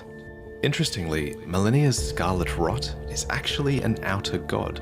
This outer god, like many others in the game, seems to have Favourite an boss order that is able to be imposed upon the world This via an cutscene's- Empyrean vessel, and Malenia was that vessel. And while the Scarlet Rot is pretty terrible, you can sort of argue that it's got a beauty to it. According to Gowry, the Order of Rot is resplendent. It's a cycle of Obviously, death it's and rebirth. resplendent. Kind of like the lotus flower, which is a flower that blooms anew, beautiful and fresh from mud. I actually have art of this flower hanging in my home. I always love the symbol of it. I actually have lots of art hanging now, and I'm going to Yeah, talk right. about Check it all out, of this display. artwork that you can buy at the end of the video. Anyway, hanging them up in so his own place. They Malenia were the displays. Empyrean was vulnerable to and afflicted by the Scarlet Rot. There was said to But be that's no why she cure to became a this, god. and while fire and consecration seemed to be somewhat effective at warding it off, Malenia would slowly lose her physical self to the rot. Interestingly, old legends of the Wow. Scarlet Rot have persisted in the world for generations, and we learn more about the Rot God from the Blue Dancer charm. The dancer in blue represents a fairy who, in legend, bestowed a flowing sword upon a blind swordsman. Blade in hand, the swordsman sealed away an ancient god, a god that was rot itself. Specifically, this god was long ago sealed Sent down away there. in the stagnant water that is downstream of the Ainzel River underground. And wherever rot No, that appears, is the it, kindred of rot appear as well. These are pests and servants of the rot. And now, in the annoying. current age, these are servants that have been forsaken by are Malenia, pests. who is their new goddess. So, this blind swordsman with the flowing curved sword actually they're her went god. on to become Malenia's mentor. I mean, so she's their technically it's god. him that we have to blame for this goddamn attack. Oh. The prosthesis wearer heirloom tells us more. A talisman engraved with a scene from a heroic tale. Though born into the accursed rot, when the young girl encountered her mentor and his flowing blade, she gained wings of unparalleled strength. Malenia's ridiculous attack is called the Waterfowl Dance, and aesthetically it makes sense that, time flowing to see that waters would done. counter the effects of rot. For just as still waters turn foul, stagnation turns to Oh, decay. okay, yeah, Thus, 'cause warriors stagnating. must remain ever drifting. And indeed, Malenia does resist the call of the rot. There's a lot of evidence that she's not really a willing vessel, but through sheer will and sense of self, she resists the rot. And only when she is truly pressed in battle will she abandon this will and bloom into the goddess within. Malenia's first bloom was during her fight against Radagon, and releasing her scarlet rot was a last-ditch effort that would forever taint the land of Caelid and cripple That's why it's Radagon. all red and all crazy. No, whatever she was fighting for in this fight against Radagon, there it is, Bloom. She did use it against him then. Okay, yeah, no, I was a bit foggy on that. In general terms, at least, it's clear that Malenia was fighting for her brother. Apart from the times where she relapses into being the goddess of rot, she is known as the Blade of Miquella. She actually goes to great lengths to tell you this. I don't know if you heard. Despite being the toughest boss in From Software history, she's actually fighting for his right to godhood, not her own. In Malenia's own words, her brother Miquella possesses the wisdom, the allure of a god. He is the most fearsome Empyrean of all. For his part, Miquella did a lot to earn his sister's dedication, not the least of which was inspiring her armor and a prosthetic of unalloyed we haven't really gold. seen him, have we? And it's not just his sister that loved Miquella, many people did. The bewitching branch is an item that you can use to turn enemies into temporary allies, and it reads, "Indeed, he has learned very well how to compel such affection." For his father Radagon, Miquella fashioned and gifted to him a fundamentalist incantation called Triple Rings of Light. Radagon then returns the favor, gifting back an incantation called Radagon's Rings of Light. These interactions show some of Miquella's positive connections with his father and also Golden Order fundamentalism. And yet, the young Miquella abandoned fundamentalism, for it could do nothing to treat Malenia's accursed rot. This was the beginning of unalloyed gold. So, what is unalloyed gold? Unalloyed. Well, an alloy is a composition of metals, so unalloyed gold is pure gold, essentially, with no external mixtures. This gold apparently can ward away the meddling of outer gods. And so Miquella bent a lot of his efforts towards creating an unalloyed gold needle. Specifically, this needle was crafted for his sister, to ward off the rot god and forestall the effects of the incurable rotting sickness. We see the bond between the siblings as well when we visit Miquella's Haligtree. We see a statue of a one-armed woman embracing a child, Miquella. In this place, we see the biggest example of Miquella's benevolence, the Haligtree, and the society that was built into the brace that supports it. This was a promised land, seen as a salvation to many who were shunned or persecuted, provided that they can actually find the path here, of course. And like many other Empyreans, Miquella seems to have had the will within them to create a new order, and his is an order that's somewhat modelled on the ones that came before it. The biggest thing is that the Haligtree is clearly inspired by the Erdtree. But the difference is that Miquella's Haligtree is said to be accepting of all, even those the Erdtree shuns. Because the Erdtree seems to shun quite a few people. Embedded inside of the Haligtree, watered it with his very own blood, since it was a mere sapling. Tragically, however, he was ripped out of this womb during the shattering, and his Haligtree ultimately failed to grow into an Erdtree, becoming a misshapen. Did he get ripped off? He got ripped out. Who's ripped out? Richtofen. Even those the Erdtree shuns.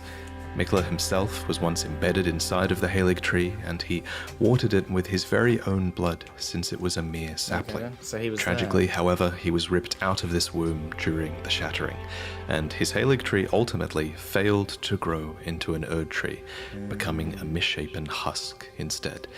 But that's the story for another day. There's also a ton of cut content to do with Miquella, and he's one of the most mysterious demigods, who I'm sure we'll learn about more later. But there is one more thing that I want to mention before I go. Tell us! One theory I had during the making of this video. So, Miquella and Malenia each have their own butterflies. Malenia's is the Aeonian butterfly, which inhabit the swamp of Aeonia and are rumoured to come from the wings of the rot goddess herself. And I think it's fair to say that Miquella's butterfly is the nascent butterfly, which appears as if it's just emerged from its cocoon for its entire life. This is a reference to Miquella's eternal youth, and there. This is the only time we see him, isn't it? The kindling King. So decent he's butterfly. an awful big child. Which an awfully big child, isn't as he? if it's just emerged from its cocoon. There you go, huh? That's crazy. You got all the hair of Horaloo as well, kind of thing. Radagon and Marika. Okay. But they've had a kid before, and that was... Her twin. His twin. Who? She's had kids before, yeah, and so's he. Well, who's Horaloo's father? Who's daddy? I don't know. Yeah, we do. No, don't. For its entire life. This is a reference to Miquella's eternal youth Marika, and maybe. his cocoon in the Haligtree. But there is, Oh, he's a son of the guy that's got the hair like him. Yeah. of course, a third butterfly, right? There's the smouldering It's butterfly. Marika's colour. It's said to be an eternally burning butterfly that serves as kindling. Fire Now bear with me, frenzy. but it's my theory that this butterfly is a reference to Malenia, who the Blade of Calling calls burns the herself, I'm kindling sure. maiden and the one who walks alongside flame. Sure, I'll this go with that. might suggest that Malenia is a sibling to Malenia and Miquella. Again, that's just a theory, but what I really want to talk about Malenia, here is that, at the very least, Malenia is almost definitely does. certainly the daughter of Marika.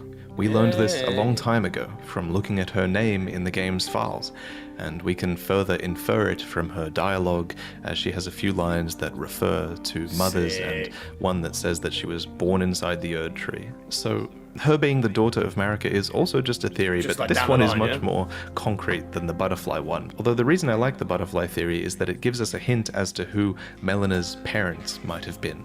Her parents would have been Radagon and Marika, which is to say, Marika herself alone, I guess, because Radagon is Marika. Honestly, Malenia as a character has only become more mysterious since the game was released, and I'm really only scratching the surface with this theory. But I like speaking it. of times Scratch some before more. Elden Ring was released, back then, a long time ago, I commissioned this piece from a renowned artist named Marco, and now I'm so excited to reveal it for the first time.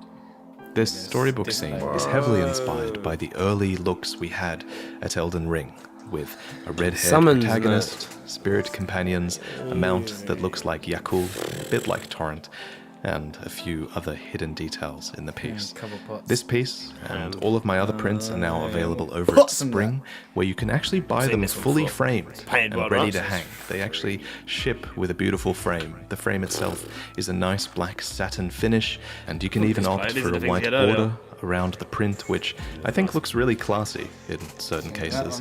I think these posters are a cool way to support the channel and artists, and for you to actually get something in return that will make your room look better. So check out my prints if you're interested, but this is the end, and thank you for watching. I'll see you next time. You going? Yeah. The next one, mate. One more video on, and then we go into the iceberg, I think. Don't forget, go check him out on his channel. You don't have to watch the video here. VAATIVIDYA. We're just trying to catch up and do it with you. Tim, Create and share with YouTube Shorts on the new Oppo Find X5 Pro.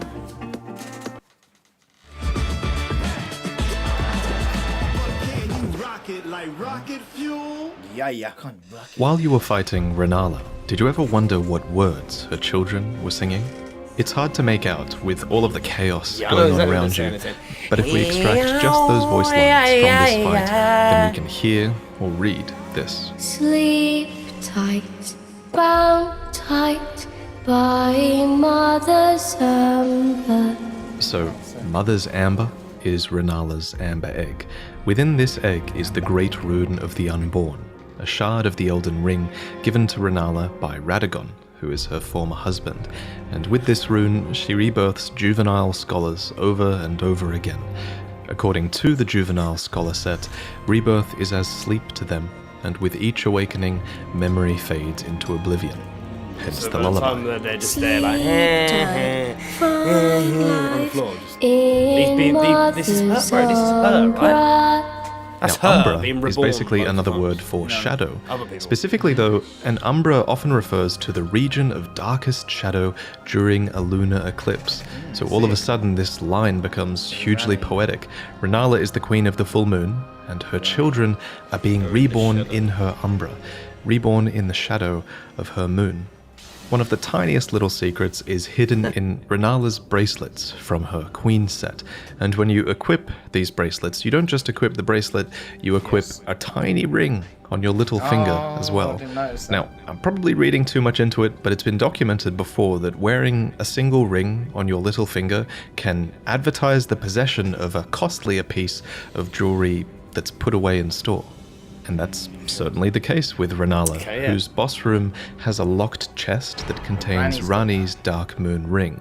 This is a ring of betrothal, and it's supposed to be given by Ranni to her consort. This ring was locked away by Princess Ranni herself. The writing that's engraved upon the ring reads, "Whoever thou mayst be, take not the ring from this place. The solitude beyond the night is better mine alone." That's the engagement ring. But with this ring, you can become Ranni's consort and unlock a new ending.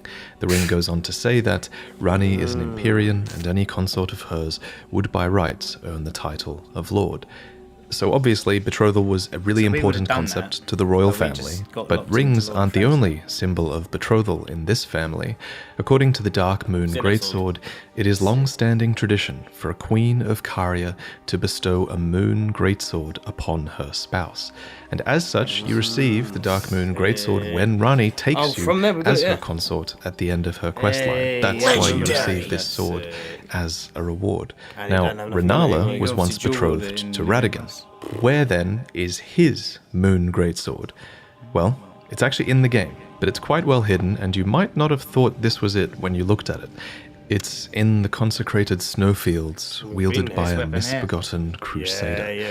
It's the Golden Order Greatsword. It doesn't look like a Moon Greatsword, does it?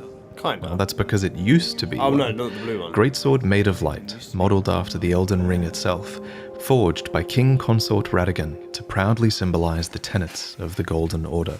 Telltale signs betray that this was once the greatsword bequeathed to him by his first wife, Rennala. Now, Rennala was once betrothed to Radagon, so it wasn't just forged, it was reforged. Radagon fought for the Golden Order, but then he married Rennala and was given a Moon Greatsword.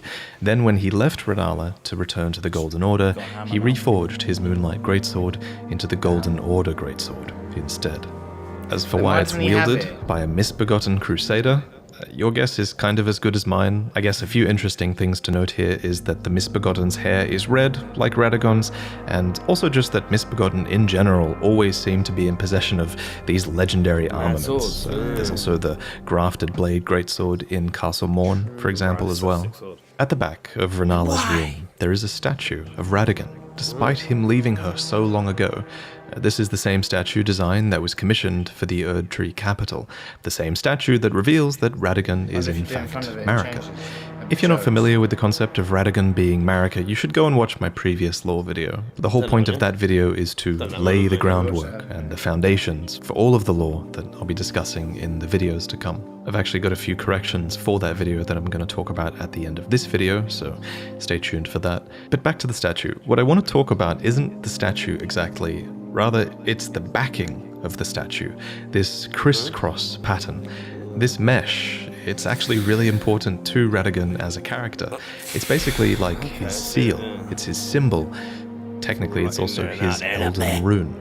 And it is something that you start to notice everywhere once you start looking for it. For example, Radagon's scar seal is an eye engraved with an Elden rune, and his mesh pattern is sealed on it. Next, we see this same pattern on the door that blocks access to the Erdtree. Of course, Radagon is inside the Erdtree at this point, and his seal is a part of the door that prevents you from entering. Next, we also find it on the Mask of Confidence, in gold thread that's sewn over the mouthpiece in a crossed fashion. You might think, oh, that's not enough to relate it to Radagon, but the description says, when Radagon married Rennala, he ordered the Carian magic preceptors to don these masks, to make it clear that all of their matters were to be kept strictly private. And as you probably know, Radagon was indeed keeping a lot of secrets. I want to thank Quelaag, whose work on the lore I respect a ton, for pointing out the masks to me. And finally, maybe most importantly, this pattern is found on the main menu and on the Elden Ring itself. It's not the Elden Ring. So why does the Elden Ring have Radagon's seal upon it? Well, this is probably a new element that was added when Radagon became the vessel for the Elden Ring, perhaps. It's now housed within him, after all, so it makes some sense then that his seal would be represented upon the symbol of the Elden Ring in some way as well. But what does this mesh represent? Well, for one, it's very orderly. It matches the complete character of Radagon in terms of a symbol. And I do think a bit of the character is represented in the design, because the Scar Seal item goes on to clarify that these seals represent the lifelong duty of those chosen by the gods. So maybe the seal represents the type of duty that the character takes on. So we know that Radagon takes on a sort of repairing role at some way. So the mesh kind of fits with that, I feel like. The stronger version of the Scar Seal is the Saw Seal, and it goes on to read, "Solemn duty weighs upon one beholden, not unlike a gnawing curse, from which there is no deliverance." And the red seals on these eyes become so embedded in the eye that the shape of the seal becomes barely recognizable at this point. It's a heavy duty indeed. Of course, Marika has seal talismans as well, and as with Radagon, the talismans reveal the shape of her seal as well, and hers is a crucifix. You would have seen this crucifix all throughout the lands between. It's present as the symbol of the summoning pool, but beyond that you'll find a ton of crucifixes in Limgrave especially. Even giants are tied up. There are countless undying, screaming bodies pinned up. I'll admit, I have no idea why these bodies only scream at night. I have no idea why they're being punished or why they're smouldering. I reckon before, so maybe let me know if you have any late ideas on that. Marika herself is crucified. I mean, it kind of depends what they do, the deals, isn't it? If they do 1 or 2 or 3 or 4. Like, if they bring one out, and once they've brought the first one out, we'll know whether or not there's going to be more, because the fashion they do it. But, mate, it's going to be mad. Like this, within the Erdtree. You could interpret this as her being in shackles for shattering the Elden Ring. After all, the Elden Beast also likes to punish us with a crucifix of its own. But beyond these shackles, it's undeniable that the pose did become a symbol of her entire reign. For example, go and look at the statues of Marika throughout the game. Why is she doing All that? of them feature her with her hands flung out to the side, almost as if she's mimicking the shape of the Rune of Death. You could also argue that's the same pose that she has on her little resurrection statues as well. This woman, this god, removed death from the land, and I think that this posture is the symbol of that blessing, the symbol of the Rune of Death, and the symbol of her seal. Now the vertical line coming down through the center of the Elden Ring is present in... Stopped people dying. Stop people dying after the shattering. She did it. Almost all of the Great Rune's symbols, and it really helps you when you're trying to align them all back together in Photoshop to form the shape of the Elden Ring. It's almost like a guide, and this is the end result. But how many Great Runes do you really need to complete the Elden Ring? Well, there would have been a point in your playthrough where the two fingers tell you that you only need to collect 2 Great Runes to earn the right to become Elden Lord, and to restore the Golden Order. The 2 death ones. I'd have thought this was strange, right? How can the Elden Ring be complete with just 2 Great Runes? Well, then you have to remember, Morgott guards the Erdtree, and he's not an optional boss, and with his Great Rune you have 3, so apparently 3 is enough. And the Elden Ring does start to look pretty complete at that point.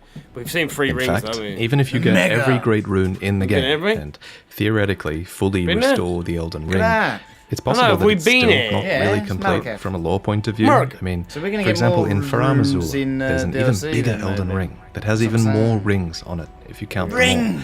Nothing explicitly mentions this mega Elden Ring in the game's descriptions or anything, so speculation is all we have. My best guess at this stage is that maybe this is some sort of primordial form of the Elden Ring. Since it has more rings, maybe this is something that existed in an earlier age. As for the roots on the design, I kind of interpret this as the way that this Elden Ring might have had its blessings filtered down to the world, in a more natural way, perhaps. Elden Ring will almost certainly receive DLC. The game's too popular not to, and it's Bandai Namco, of course it will. So I wouldn't be surprised, though, if in that DLC we were able to collect more Great Runes. From a gameplay point of view, it makes sense. There is a system for equipping Great Runes in the game, after all. But from a lore point of view, we do also know that there is at least one other Great Rune that we haven't found yet. Ranni's death. Ranni is said to have cast aside her Great Rune. So here at the Hold, We seek the whereabouts of the remaining 3 shard bearers. There was a really interesting post a little while ago on the Reddit by user Flint von Everek, who proposed that Ranni's Great Rune could have been hidden on the moon itself, which, I mean, it just makes so much sense. You can see it up there, and it makes so much sense considering who she is. It's an amazing theory and an amazing find. I remember noticing that shape on the moon so long ago in promotional material for the game, and it's crazy to think that this symbol might have ended up having a meaning like this. Another thing that we speculated about ages ago before the game was officially released was this line of dialogue from Morgott.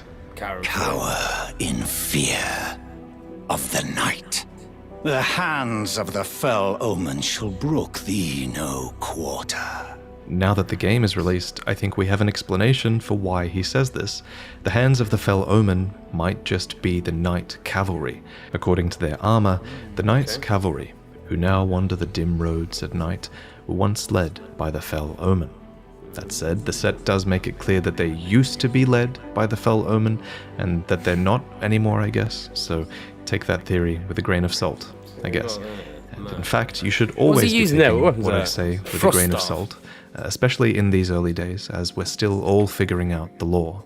For example, since posting my recent Lore Explained video, I've developed my own theories further, and I've read and listened to some much needed criticisms. And unfortunately, I do think that there are some parts of that video that are just wrong. So to try and prevent some of those theories spreading, I've actually spliced out specific sections of that video in the YouTube editor. I still think the video is well worth watching. I still think it's got good fundamentals in it. But in case you have watched that video already, I'm going to take some time now to just update you all on how my ideas have changed. First off, there's a small part of that video where I call the Erdtree a parasite. So, parasite was kind of the wrong word to use there. I think calling it parasitic kind of characterizes the Erdtree as sinister, just for feeding off an energy source, which is wrong, obviously. It's a tree. That's what trees do. In the words of Quelaag, another lore creator that I mentioned earlier, the Erdtree is more symbiotic, if anything. I think symbiotic is a good word, because we know that the Erdtree was symbiotic with one thing, at least, and that was the Great Tree. Root resin tells us that the Erdtree's roots were once entwined with that of the Erdtree, so it clearly was merged with it on some level. Now, in my video, I also put forward that the Great Tree was where the crucible of life was located, and that this Great Tree, and that the power source that it had, was likely what the Erdtree drew upon for its power. Now, I don't necessarily think I'm wrong on this, but I definitely should have shown my reasoning a little bit better, so now I'd like to point out, if only briefly, that my main piece of evidence for the Great Tree being the location of the Crucible of Life is Crucible Knight Siluria's tree helm. This is a crucible helmet that features Great Tree ornamentation, and to me, if these knights were fashioning their gear after the Great Tree specifically, then that's a fairly strong connection between the Crucible and the Great Tree, to me. However, it bears mentioning that no item descriptions explicitly link the Crucible with the Great Tree, so it's all indirect evidence, so I just want you to bear that in mind and come to your own conclusions on that topic. Next, I probably should have elaborated when I said that Marika killed the Fell God. She didn't. Rather, as per the One-Eyed Shield, it's believed that she killed the Fell God. Of course, other descriptions like Flame of the Fell God make it clear that the Fell God still lurks within the Fire Giants, and we'll go into more detail on that later. At any rate, she certainly suppressed the power of the Fell God. You could say she defeated it, but it's clearly still a force in the world. And lastly, I've removed the statement that Malenia and Miquella were born after the shattering. This is probably the biggest thing I want to correct, and I'll correct it properly in my demigods video. Basically, in my video I said that they were born after the shattering because I was assuming that they were born from a single conjoined god after the shattering. But of course, you can also choose to believe that they were born of Radagon and Marika before those two gods were conjoined post-shattering. So I think it's more likely that the twins were born before the shattering. This gives them time to grow up and interact with other characters and gain their fame, so that makes more sense. I also no longer really believe that the Divine Towers were built after the shattering, and I've removed that point from the video as well. So thank you to those who critiqued me politely. I'm actually always happy to admit that I'm wrong. I'm going to make more of an effort to have my scripts peer-reviewed in the future to avoid that from happening. But I'm not all-knowing. Not yet. Cake sale on. I've still got a lot more that I can learn, and this kind of segues into my sponsor for this video, which is Audible. If you're looking to integrate audiobooks into your life, whether it's to learn or to escape, then you can listen to any one audiobook from Audible completely free. What the fuck happened? What? Raf sound. What do you think of the law? Interesting! Loving it. You know what I like as well? It's straight, like, it didn't start by going, yeah, in the beginning there was a guy that did this, and it's just already gone straight away to down the whole of the law. What's that? Chola's died on trying to video. Yeah. What are you saying then, Dill? Yeah, they're ordering Chinese. What are you saying about that? Should we go off on some crispy shredded beef, baby? Get that crispy shredded beef. I'm gonna need that whole thing. Cup of tea. It's what you need when you're watching the law, you know, a nice little.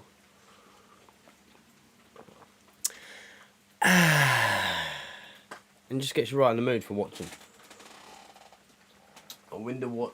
I wonder what? I wonder which. He's the most powerful god. Well, so far I presume is. I don't know, yeah. Malenia is crazy strong.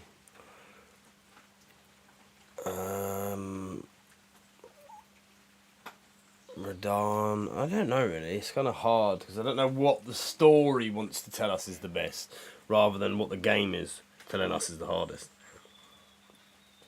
That's what I'm saying. You sure, Shane?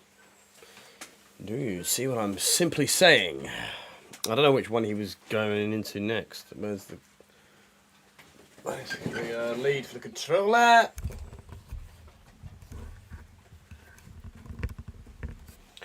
Great, that's not very too fun.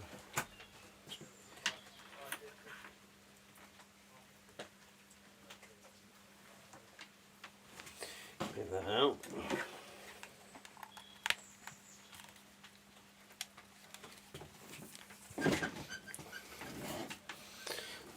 Has anyone told you that you should like Chris Hemsworth when he plays for? You sound like, oh really? Another. You're immature, mate. Mjolnir. Wait, you say sounds like? Yeah. I've been told I look like him too, you know, guys? Has anyone ever told you that you sound like Chris Hemsworth when he... Odin's beard! I wonder which is the most powerful god. Well, the demigods, you mean, or gods? Yeah, the gods. Because obviously, Queen Marika's the most powerful. That's what I was thinking. Queen Marika's the most powerful. Hands down, bro. What you saying? You got horses? Yeah, whatever. Are they ringing it already? Yeah, right now. I think Marika is the strongest. Definitely 100% strongest. Strongest. No one else was capable of removing the rune of death from the Elden Ring. She's been about time, you know, killing it in the scene. Is that my take? Obviously, you don't really know. Well, you do hear about it a lot through the story, but you don't really know how, because you're not sure when you're playing it. You're not really sure everything's what's being told to you as well. But after that, I would say Marika. I don't know, maybe Radagon was stronger than... Not Radagon. Maybe Radagon was stronger than... Horaloo. So it goes Marika, Radagon, Horaloo. And then they've got the kids, which are demigods. So out of the demigods, you got... All the kids. Ranni. All the kids are the Yeah, that's what I'm trying to say. Who's strongest? You got Ranni, you got Radagon, you got Rykard, you got Godfrey, you got Morgott, and you got Mohg. So we never get Oh, I just started drinking that one. That's alright. But, I would say, I don't know how strong Godfrey actually was because you don't get to fight him, but yeah, he's the firstborn demigod. Godfrey the Golden. Godfrey, yeah, the Golden. Not Godfrey the First Elden Lord. No, what was his... Godric. No. Because Godric. No, Godric's not a demigod. No, that's what I'm saying. I'm talking about Godfrey. The first one that died, yeah? Oh, Godfrey the Golden. Godfrey the Golden, yeah. You don't he was a beast, but you don't really see him gameplay wise, so. Just gonna get killed. Maybe him. Maybe him next. Ranni, Radagon, probably Malenia, probably actually. But I was saying. So they was born before they joined Marika and Radagon. So they was them two. And then after they were. But they were still twins, and then after they co-joined, you got like icing on in your lip. He says that now. It seems we kill a lot of demigods through the story, so maybe another god will notice and come after us in the DLC. But who? What gods are left? What gods are left? Normally, what I believe the DLC was going to be, it's going to be going back in time. Back in time. They seem to do that a lot. Not forward. In all of the other games. Bloodborne, you go back in time to the old Hunters DLC. Dark Souls 1, you go back to the Abyss. In Ostalil and all that. But also, I'm thinking maybe they will do Marika. But then they could also do. How are you ever going to fight Marika if it's eternal child? Is it not Marika? That's not Marika. Miquella. So how are we going to fight Marika when at the moment he's not strong enough to even? Why you want to fight him? Get out of that. What's he even in there? The cocoon he's in. He's an Empyrean, so he's been chosen to become a champion, isn't it? Become a lord. But he's sat in the ball. Oh, that's him. That's his lordship in the ball. Dead. Not enough. Mohg's like his champion. Yeah. Alright. You don't get to he's fight not strong him. enough. He's not anything to fight, but he must have been once upon a time. No. Never, ever. So Mohg's his brother, basically, isn't it? From another mother. I don't know, Marika. Mohg. It's Marika's brother.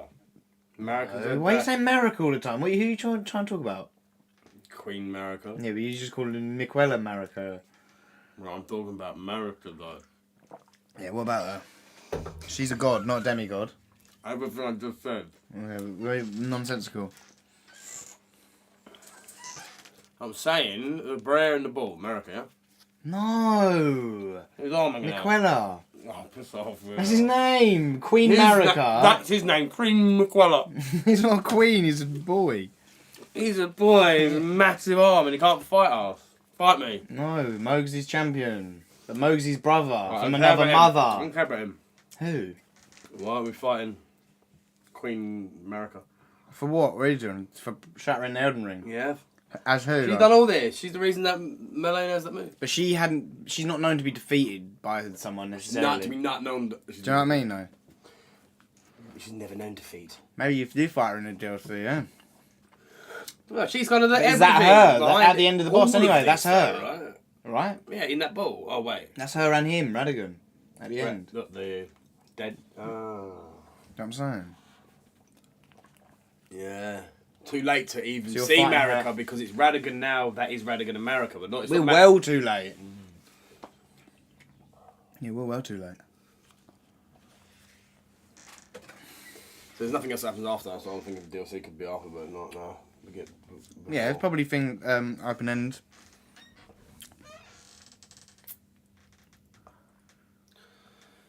So yeah, let's dive straight back in, guys, to the next videos. That's going to be Vati Vidya.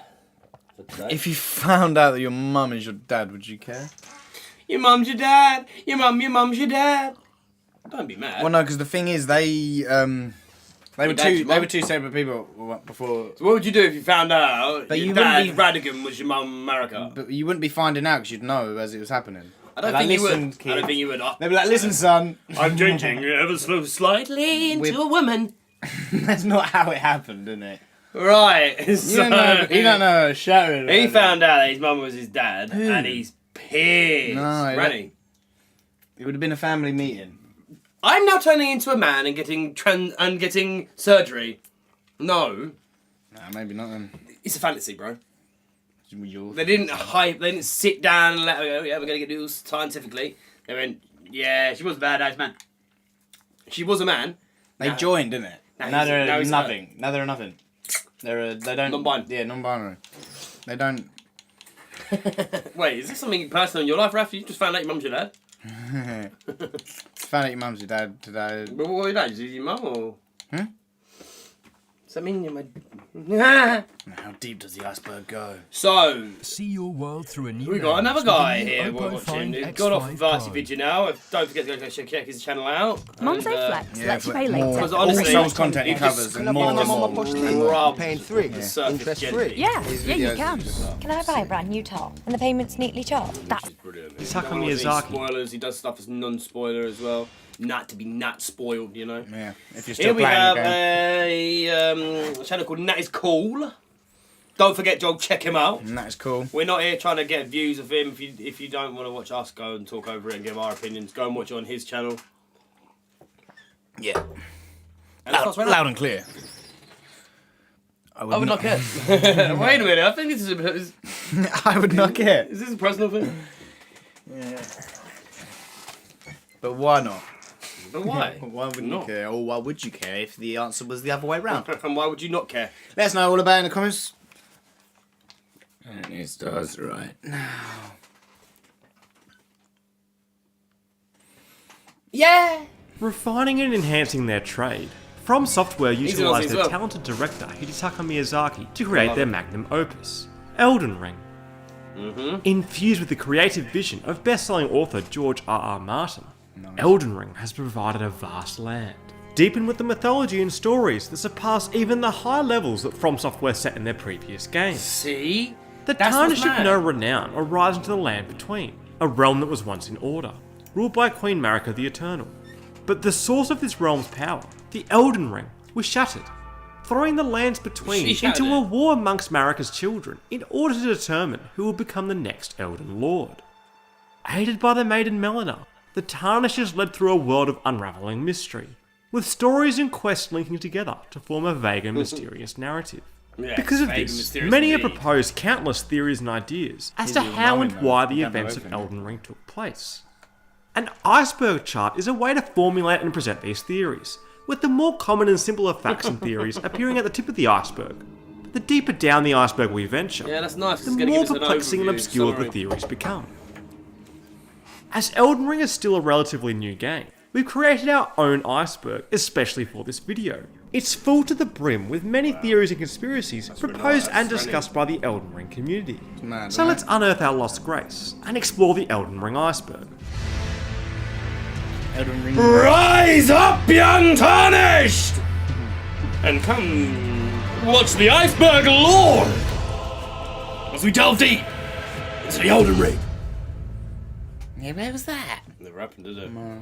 That's I was really hoping it was going to happen. That was a shattering. Let's start off this iceberg with a secret that can be revealed through certain gameplay actions. And that secret is that Radagon is Marika. The sovereign over the lands between. Marika was the vessel for the Elden Ring. Radagon was a warrior of the Golden Order, who gave way to his territorial conquest and married Queen Rennala. After Marika's first husband Godfrey, who we'll talk about later, was banished from the lands between, Radagon was summoned to be Marika's husband, to help lead the Greater Will. You know, it's said that Lord Radagon harbored a secret. A famed sculptor of the Erdtree capital was once summoned to render Lord Radagon's likeness in giant stature, when he glimpsed the skeleton in Radagon's closet. And as such, it's said the great statue harbors his secret too. This statue reveals that Radagon is in fact Marika, two sides of the same entity. To think that Radagon was Marika herself, or at least such is all I can interpret from the rhythm and calculus of his finger. How would such a thing even have been possible, I wonder? Definitely. It seems that the mystery of Radagon and Marika's relationship and presence of being is purposely presented to be questioned. It does seem strange, as Muriel ponders. See, that kind of also reminds me of Ranni, because she's like two-faced bitch. She's got two-faced. Yeah, but that, you know why? Because that's not her body. Her body. Yeah. But she's inhabiting the body, and then this is the one that's inhabiting it. What? This is the face that's inhabiting this body. But they don't, because they move at different times. But that's not her. That's Why her Radagon master. would leave his created peace with his beloved Rennala to return to the Erdtree capital. The mystery endures to this day as to why Lord Radagon would cast Lady Rennala aside. Marika's hammer details that it was the tool. Whispering in his ear. Marika's whispering in his ear. Here, come here, little lovey. Kiss it, such his soul on you now, me. With which Queen Marika shattered the Elden Ring, and also the tool that Radagon used to attempt to repair the Elden Ring. So while Radagon is Marika, he doesn't seem to follow the same thought process of turning against the Greater Will. Because of this, Griffin Hart suggests that Radagon is some sort of rogue fork of the Great Will. What's going on here? Or at least under a higher level of influence than Marika is with the Greater Will. Science Fiction Guy explores this further, and mentions that maybe, when Radagon and Marika split, they inherited a different part of the original personality. While Radagon inherited the part that believes in the Golden Order, Marika received the part that doubted the Golden Order, resulting in her pushing to destroy it. With Radagon then either being influenced by the Greater Will, or believing enough in the Golden Order, to return to Marika, and try to repair the fragmentation of the Greater Will. Yeah! The lands are between what? A vast world concealing many secrets. Even the name of the lands between suggests that there's more to the Elden Ring universe than we as the Tarnished are exposed to. Sure. This land is said to be between. But what exactly is it between? Two other lands. We can interpret this in two ways. That this land is physically between something, or metaphorically. Even though the Tarnished is only exposed to the lands between through Elden Ring, there are many mentioned locations that stretch beyond the lands between. An armor set is said to originate from the lands of Reeds, a nation that has been locked in a miserable civil war. Briar's Great Shield also originates from Yohech, a land of proudly solitary ascetics. So perhaps the land between is just physically wedged between all of these nations. If we gaze upon the horizon from the Haligtree canopy, we can see a distant mountain. It could be in the middle of everything, and then everything's like shaped like in a ring almost. Around it, but why would it? And then there's like 1 ring, 2 ring, 3 rings. But if there's something next to them, aren't they the lands between? No. Them. There's nothing beside them. How do you know? Because we're the lands between. In the lands between the between lands. In between the lands between. One that we are not able to set foot upon. This could be the location of the Land of Reeds, or another of the lands mentioned, which could reason that these lands, although foreign, as the Briar's Great Shield suggests, could in fact still be contained by the lands between. No-Face J supposes that the lands between could be a reference to Tolkien's fantasy world Middle-earth. In an IGN interview with Miyazaki, he states that the lands between is actually a name that was invented by George R.R. Martin. Martin's first novel of the Song of Ice and Fire series, A Game of Thrones, was indeed inspired by J.R.R. Tolkien, with Martin wanting to write an epic fantasy novel since he was inspired as a kid. So it's definitely feasible that Martins could be paying homage to another renowned author, one that he holds to such high regard. Already with Sauron's helmet. The Middle-earth itself is actually derived from the home of man in Norse mythology, Midgard. Of course, lands between. Midgard was made from the body of the first being, the giant Ymir. He was slain, with his body rolled into the centre of the universe, with his flesh becoming the land, his blood the oceans, and his bones the mountains. In the middle grew the world tree Yggdrasil, which spread its branches all over the world. Isn't it? The lands between is home to the Erdtree, an immeasurable luminescent tree, which could easily hold parallels to Midgard.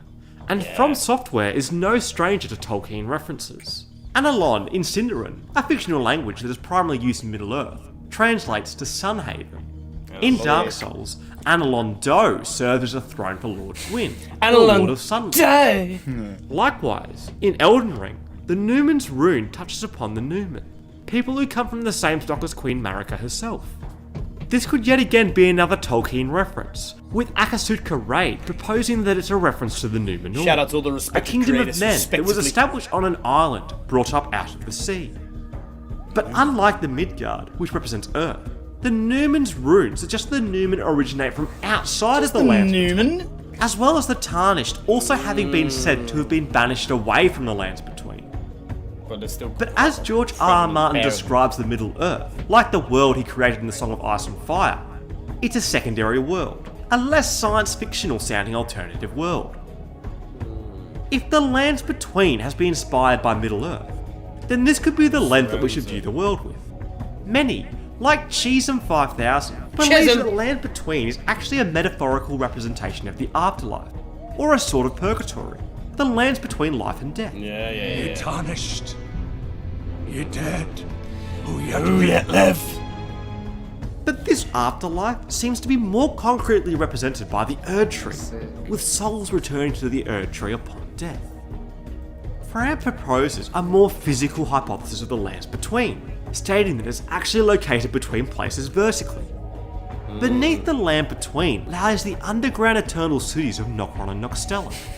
But if we venture to these underground cities and look above, all we see is the cosmos. Not really what we'd expect the bottom of the lands between to look like. Sidestepping slightly, Chicks with Bricks Come initiated a thought-provoking theory that perhaps the lands between is upside down, with the real stars and galaxies being below our frame of perception. Hidney rotated the cover art of the Elden Ring to reveal a golden tree, prominently illuminating the surroundings. Feels familiar? The Erdtree could metaphorically be coming from the cosmos. So if the ground is really the cosmos, it seems logical that there would have been something in the sky, or rather, below us. Prayers down in the dungeons that the are like ruin astral fragment is a crazy. stone fragment found near places where ruins have fallen from the sky. These shards of stone are believed to have once been part of a temple in the sky. Weird that you think. Certainly, many ruins of the Sky Temple can be seen throughout the lands between. So at the very least, we know It's the that picture, land guys. between I called is it. vertically sandwiched between these two worlds. But I'm not really convinced that the tarnished reality the is lands up to between. Know what I mean? Lands between each other. Well, you got the universe that's underneath us, and then it's above, and then we're here. We're underneath, yeah. Upside down. The Great Spearsaluria's tree suggests that the primordial form of the Erdtree is close in nature to life itself, and the root resin describes the roots of a great tree that was once linked to the Erdtree, with the roots in the catacombs being all that remained of the tree. Right. This weakens the analogy of the great tree originating from the cosmos, with the Erdtree more likely spawning from a corruption or infection of the great tree, with that infection possibly coming from the cosmos. Furthermore, the sword stress armour of the Nox, the people of the eternal underground cities, states that the Nox were banished deep underground, now living under a false night sky. It's weird, don't it? So the sky below is fake, which means that the sky that we see above is more likely to be the true version. And if the lands between is actually a vertical representation of lands, this would also relate to the layers of the land in Norse mythology. So as for the real origins of the lands between, Miyazaki explained that it was intended to be an invitation to the... It's like, as you play through this game, now I'm thinking about it, there is littered for it. There is Norse kind of littered around it. But obviously it's its own lore and its own age, but it's all inspired by... Like when I saw Haligtree, Godfrey, the first Lord did, I thought it was Norse. Kind of, a little bit how he looked. I don't know. Chieftain. So the sky below is fake, which means that the sky that we see above is more likely to be the true version. And if the lands between is actually a vertical representation of lands, this would also relate to the layers of the land in Norse mythology. I know this, or I don't know it, but it reminds me of the Norse mythology when they have the 9 rings, and then on the 9 rings there's all the realms, and there's 9 levels of existence. Yeah. And that's what this is kind of like. Isn't it crazy that people have written these stories however many years ago, and it's been passed down, and it's now mythology that people believe? Imagine it actually was true, and life before this, before the shattering, 1,000 years ago, before the shattering, was just all like fantasy, and that's where every single bit of fantasy is pulled from. Yeah, like actually was people like video camera. Living fantasy. Oh, I'm just picking some flowers and eating the flowers and the growlers and the growlers and the flowers. You lost me. I'm in fantasy. Yeah. Great, that's what it does. So as for the real origins of the lands between, Miyazaki explained that it was intended to be an invitation to this mysterious new land. So the naming of this land is intentionally mysterious. And I think that this is to purposely hint at multiple outcomes. The lands between is very likely to be hinting at the land being the meat of the universe sandwich. But perhaps more loosely, like Middle-earth, it's a peculiar secondary world. Seeing as we are in the sky segment of the iceberg, and we have been talking... You wonder why? You wonder why people think? Because this goddamn shit stays existence. Sometimes not worth getting out of it. But so... Life crossing from heavens. Iceberg videos got him up. I like to think there's more to Earth's girth. About the sky. Let's discuss another point. The Sky Temple is Farum Azula. Located far beyond, past the mountaintop of the giants, the crumbling Farum Azula is a floating island that's home to many dragons. Maybe as we've seen by the rune fragment, a Sky Temple once resided above the lands between. Farum Azula does contain a dragon temple, but it's coupled with other structures such as a Colosseum and the Beast Grave. J.C. Gilbasaurus proposes that, like the Vatican City, the Farum Azula once contained many complex buildings and areas, which have since crumbled and fallen down to the lands between. I think this reality is enough. But why is Farum Azula, a once prominent Sky Temple, slowly being reduced to an imminent pile of rubble? You never know the gluttonous appetite might take one Much day. advanced, Farum Azula was always destined to crumble. The Old Lord's Talisman depicts the first Elden Lord, whose seat lies at the heart of the storm beyond time. Dragon Lord Pasadusax is a boss found at the crumbling Farum Azula, who is awaiting his god, also at the heart of storm beyond time. It seems inevitable that Farum Azula, a once mighty Sky Temple, would end up slowly falling down to Earth. Now it's time for us to descend from the sky. It makes you think that there was all loads more stuff in the sky. Right, and loads more castles and forts and this and that. And explore the vast expanse of the surface. All the stuff falling to the floor. Secret map messages. The Elden Ring map helps the Tarnished navigate their way through the large expanse of the land between. Initially, the map is incomplete, needing to be pieced together through the gathering of map fragments placed around the world. Yeah, that's sick.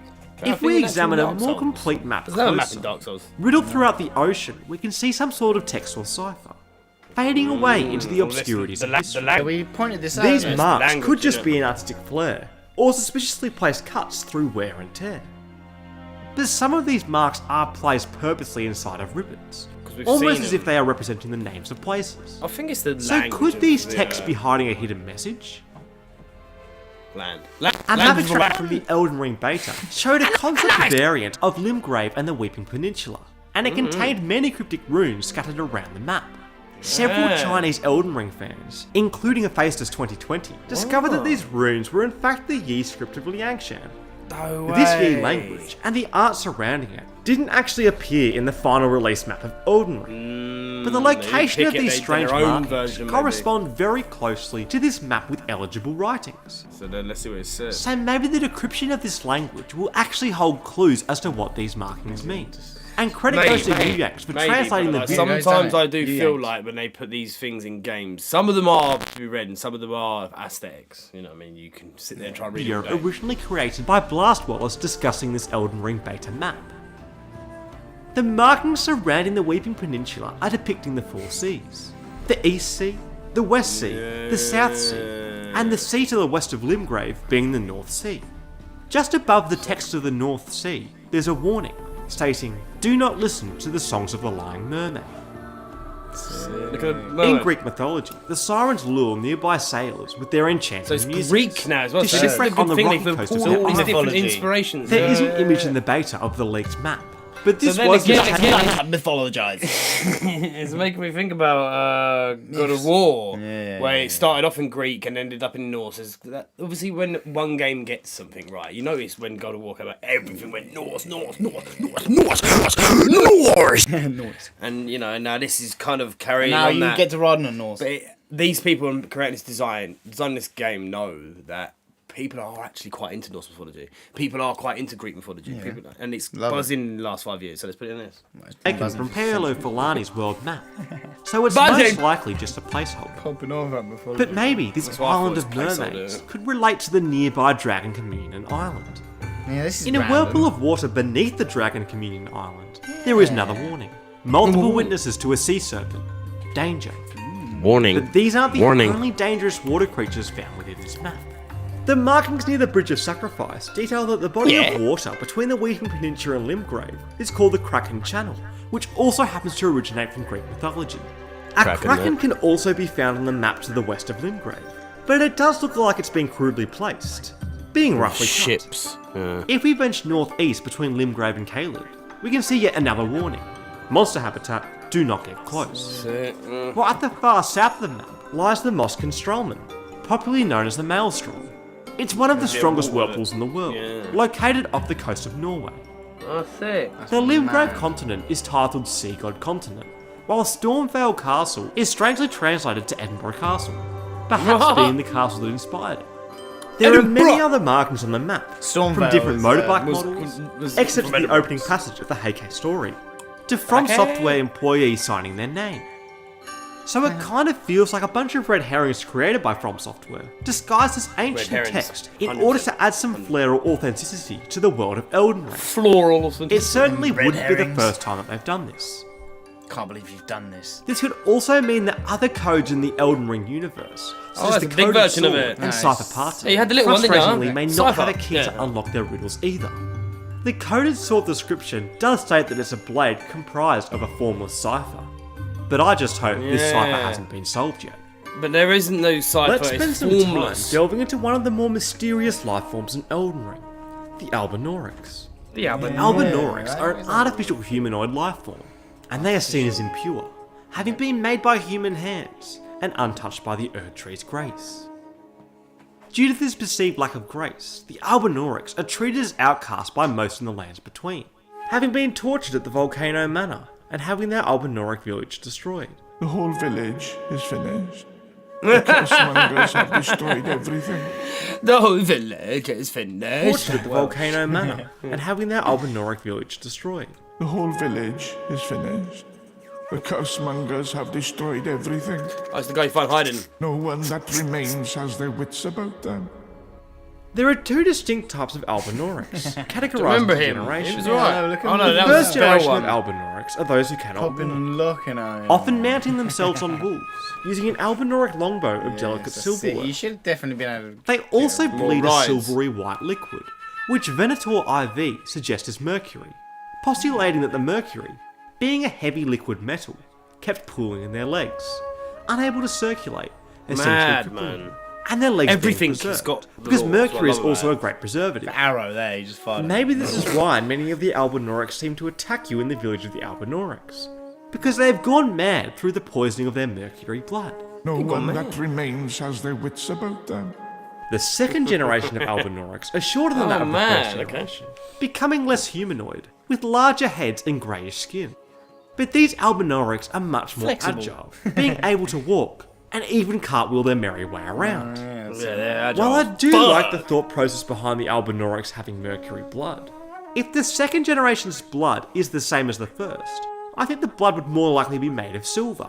Used by the second generation, the Albinauric shield Do you think represents this a is going to primordial... end up getting to the tier? Yeah, the silver husk and that, yeah. But yeah. primordial drop of dew from which they are said to have been created from. This could very well be a silver drop, with the silver tier being a result of an attempt by the Eternal City to forge a lord. A student at the Academy of Carian, Thops. Half is an alignment. He said lord. This could very well be a silver drop, with the silver tier being a result of an attempt by the Eternal City to forge a lord. A student at the Academy of Carian, Thops, has some dialogue which could be crucial to piecing the Albinaurics together. Oh, one more thing. Beware the Albinaurics. Accursed souls born of a forbidden right of the Eternal City. So not only could the Albinaurics have silver blood, they also came from the Eternal City, perhaps being related to mimic tears that are also from the Eternal City. But this isn't the end of the connections that the Albinauric may have. Mercury. One theory, popularised by Prionisis, is that the Royal Knight Loretta is in fact an Albinauric. Found in the Carian Manor, Loretta is a guardian who uses her great bow to rain destruction on all who would dare approach the estate grounds. It's an Albinauric then. When she is faced in physical form, a Miquella's Haligtree, she drops Loretta's mastery, which explains that this sorcery was developed by Loretta after her long and bloody journey to seek out a place where the Albinorics could live in peace. We got a weapon. Although the Knights of Caria do treat non-humans equally, with the Troll's Knight sword saying that the Trolls are treated as true Knights of Caria, fighting arm in arm. It still remains quite peculiar as to why Loretta would fight so strongly for the Albinorics. Perhaps not as peculiar if Loretta herself was an Albinoric. Loretta's shield, the Silver Mirror Shield, seems to depict the sacred drop of dew that created the Albinorics. But this description of the Mirror Shield states that while this inspired rumours that Loretta herself was an Albinoric, these were absurd. So should we take these descriptions as true? Discrediting that Loretta is an Albinoric? I don't think so. It seems quite suspicious as to why this rumour has to be defended in the first place. Going to all this effort just to deny the claim that Loretta is an Albinoric often means that there's some level of truth to these claims. I think she's one of these people that are more strong and more agile. There are many other parallels between Loretta and the Albinorics, such as Loretta only ever riding a horse, and also we never see her using her legs. There you go. But when we do fight Loretta, she does bleed red, rather than the Albinoric silver blood. So maybe Loretta is not actually an Albinoric, or potentially the blood we spill is only that of the horse. Or maybe Loretta is part of a lost generation of Albinorics, one that bleeds red. It does seem that Loretta makes you bleed my own red blood. The red bleeding Albinoric. Rennala, Queen of the Full Moon, is the last Carian queen, imprisoned in the Grand Library. She obsesses over Rebirth, which can be performed on the Tarnish if they provide a larval tear. These larval tears are the core of a creature of mimicry, known as the Silver Tear. So it seems like Caria have a much stronger affiliation with the Albinoric than what we can see on the surface. Because of this, Soma Machine theorises that the Carians could have even created the Albinoric. The servant of the Carian matter, Pydia, is ill-starred, and doesn't seem to be able to move. So he could also potentially be an Albinoric. Pydia's humble demeanour suggests that he's someone of lowly stature. He's a bit dodgy. Your worship. So perhaps the Albinorics were created by the Carians as slaves. This could potentially explain as to why Loretta would be hiding her status as an Albinoric. For in fact, the Carians did not treat them as equal, like the Trolls, but rather as lowly slaves. I feel like I've said Albinoric more than enough for now, and I feel like we're yearning for something more eternal. So let's venture from the Liurnia of the lakes to the underground.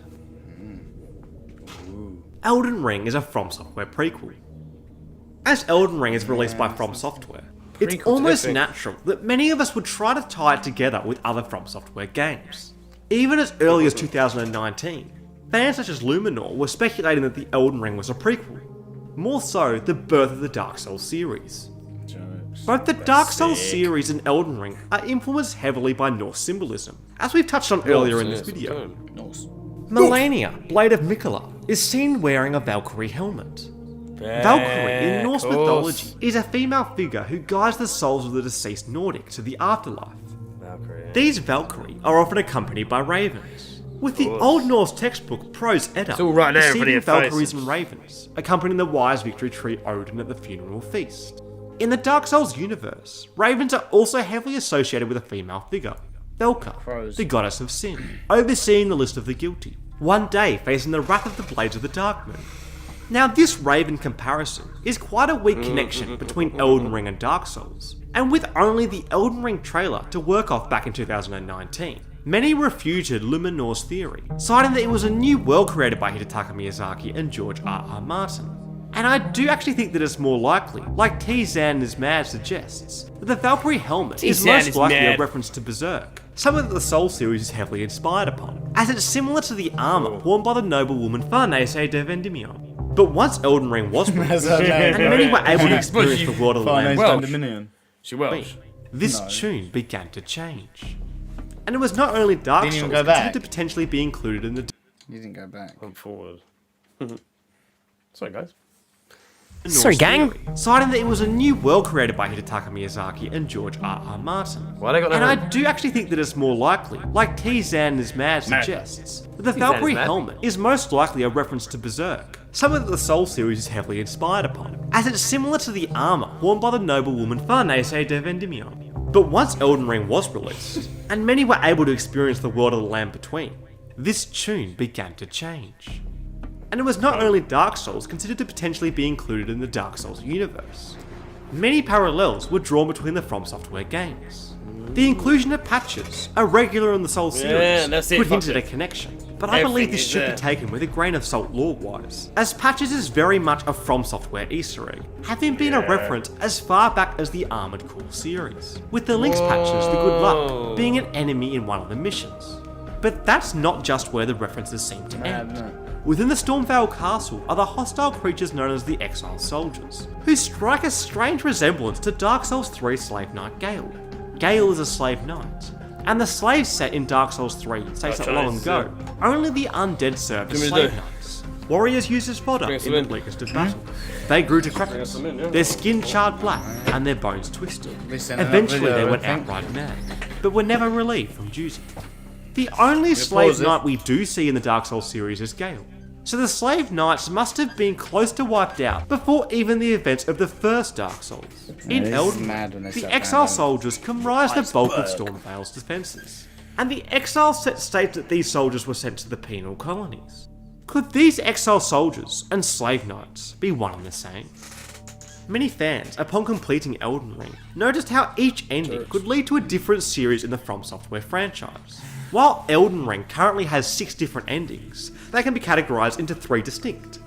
After defeating the Elden Beast, if the Tarnished summons Ranni, she brings an end to the Golden Order. The battle is over, I see. Now cometh the age of the stars, a 1000-year voyage under the wisdom of the moon. The Lands Between is left without a deity or a ruler for the first time in an age. Ririn Desio explains that this world leads to inhabitants of the Land Between worshipping the remaining outer gods, morphing into the Elder Gods, the gods present in Bloodborne. The moon is of utmost importance in Bloodborne, and the Age of Stars brings about a voyage under the wisdom of the moon. If the Tarnished chooses to inherit the Frenzied Flame, upon defeating the Elden Beast, they sacrifice their own body at the Forge, burning the world completely. Melt it all away with the yellow chaos flame, until all is one again. North Tomato 5292 suggests that this ending is the eventual Age of Prey, where the dragons can now roam free, and the seeds of the Erdtree sprout into great trees. In the Age of Ancients, the world was unformed. Could the world being unformed just mean the ashes of what was once formed? Theotis09 furthers this by suggesting that the cinders of the Frenzied Flame did not die out, with a fire catching again, leading to the Age of Fire at the hands of Gwyn, commencing the events of Dark Souls. On the other hand, North Tomato proposes the Hyeta, whom bestows the Frenzied Flame seal to the Tarnished, is actually the first Firekeeper. My eyesight has been weak since birth, you see. Sick one as well. But when I eat one of those grapes, I can feel a distant light in the back of my eyes. Hyeta's eyes are fed by the Tarnished, until the flame of chaos within the Tarnished burns and melts Hyeta's eyes. These events take place in order to enact the Frenzied Flame ending. And if we believe that this ending will take us to the events of Dark Souls, it leads us to the Age of Fire and Firekeepers. In Dark Souls 3, the eyes of a Firekeeper were the eyes of the first Firekeeper, revealing to the sightless Firekeepers things that they should never see. If the Firekeeper is given the eyes of the Firekeeper, she remarks, "The eyes show a world without fire, a vast stretch of darkness, but 'tis different to what is seen when stripped of vision. In the far distance, I sense the presence of tiny flames." Could this light be the very same light the Hyeta Watch saw? some Elden Ring lore out there. It's definitely possible, but I'm not sure if it's that likely. The other 4 endings in Elden Ring are where the Tarnished become Elden Ring Iceberg, instilling a new age of their choice. Order, Fracture, Dustborn, or the Fell Curse. If the Tarnished uses the mending rune of the Death Prince to pronounce the Age of Dustborn, a new order where death is restored, then maybe the importance of the power of one's soul was elevated, with demons beginning to surface. This age could bring about demon souls. Nice! Tronfin completes this theory by tying Sekiro to the ending where the Tarnished chooses to mend and perfect the Golden Order, initiating the Age of Order. The mending rune of perfect order, The Samurai Kai. The imperfection of the Golden Order, is that the instability can be blamed upon the fickleness of the gods being no better than men. If this was fixed, then gods such as the mythical divine dragon in Sekiro could emerge, seemingly being much more pure than the gods of other Jeez. You know what? Sekiro's actually been theory was tempting me lately. What would the other two orders, the Just because I love the whole and the samurai Age stuff, of you the know? Ill Curse lead to? But Miyazaki did state in the IGN Summer of Gaming interview that Elden Ring is a different world to Dark Souls. But having a pre-existing universe based in the past does help write a story with little to no constraints. George R.R. Martin was given the freedom to create a whole new world for Elden Ring, and he did state in an interview with WTTW News that it was a sequel to Dark Souls. The game is called the Elden Ring, and it's a sequel to a video game that came out a few years ago called Dark Souls, and it came out of Japan. But this wording could, and probably should be interpreted as a spiritual successor rather than a direct sequel. Ultimately though, I think From Software will be aware that creating a proper link between Elden Ring and other From Software games will create many potential lore problems. So I think that this theory will remain an unanswered or possibly later refuted theory. That's why they do it though. Also, it's heavily like open to interpretation. Yeah. And the fact that they can even make us start thinking time between the other games. I mean, is it that their job's done? Their job's done. No, it doesn't. No, it. I'm gonna look that up because I've had this before. Someone said, say this to my friend in Brazilian. Remember? No.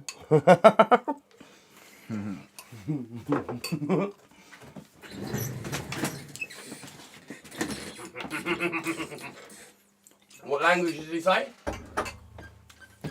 He's saying Cuba. Cuba. Kuwaitis. How am I saying spelling Cuba? Is he literally saying Cuba? No, K-U-R-V-A. K-U-R-V-A? Yeah, in K-U-W-A-I-T. K-U-W-A-I-T. E-S-E. Cantonese. No, because you put like 5 N's in there. N, I didn't put an N. Oh. Yeah. Well. Okay. I don't believe you. I think he means That's a no. That's a no. That's a no from me, guy. Because I don't come in my chat and you try to get me to say stuff. I don't know if I trust you. How about I just say, Happy birthday to ya. Happy birthday to yeah, that's good. Yeah, press play. I appreciate it though. Nonetheless, it was good. Godfrey lost his purpose. The first husband of Queen Marika the Eternal, Godfrey was the Lord of the Battlefield, being the first Elden Lord, a title of great reverence. In the beginning, everything was in opposition to the Erdtree, but through countless victories in war, the Golden Order began to impose their dominance over the lands between. Sketchy what I was looking for. Godfrey led the war against the Fire Giants. In Marika's own words, hark, brave warriors. Hark, my Lord Godfrey. We commend your deeds. Guidance hath delivered ye through each ordeal to the place ye stand. Do you feel like Marika, yeah? Or whoever the one that Radagon's half with has been manipulating and using everybody along her way. But that is that the greater will? Because she's the vassal. Oh yeah, I'm not saying that. I'm not debating whether it's her doing it or her or anyone else doing it. No, it's her corporeal body for sure. But it's always the deceit, yeah, the betrayal, the manipulation, with the 2 fingers to get what they want. You know what I mean? You're the advocate to all of that. Potential, yeah. Why you always gotta make me do bad things, man? Giants to the sword and confine the flame atop the mount. However, there came a moment when Godfrey's last enemy fell. And as the story is told, the hue and... Hey guys, if you're new to the channel, don't forget to subscribe, baby. I see a few new faces today. And you're welcome back anytime. Welcome to the void, baby. Welcome to Gotsta Geddit. Lord Godfrey's eyes faded. The mighty warrior Lord Godfrey, along with his warriors, became the first tarnished, and were pursued out of the land. That's what I'm saying, first tarnished. But how could a mighty warrior, one of high stature... first tarnished. Also first Elden Lord. There you go. Man's a trailblazer, you know. Confine the flame atop the mount. However, there came a moment when Godfrey's last enemy fell. And as the story is told, the hue in Lord Godfrey's eyes faded. We welcome everyone, The mighty trolls warrior alike. Lord Godfrey, Get along in, with his warriors, rip us became to the pieces. first tarnished, and were pursued out of the lands between. But how could a mighty warrior, one of high stature, fall far away from grace? So much so that they are banished from the lands between. Oh, again. Some, like Raphael KB, suggest that the grace within Godfrey left after his last enemy was defeated due to his purpose of the greater will having been exhausted, with him just being discarded. But the remembrance of Horaloo, the tarnished depiction of Godfrey, says that the first Elden Lord was robbed of his grace. And note the description of the Elden Lord crown. The way it phrases how Lord Godfrey's eyes faded, and it was then, as the story is told. That does imply that perhaps this is not how the true story was unraveled. Yeah. Maybe something more calculated or sinister is at play. In Marika's own words, my lord, and thy warriors, I divest each of thee of thy grace. That's him. That's her. With thine eyes Queen dimmed, Marika and ye will be driven Malekith. from the lands between.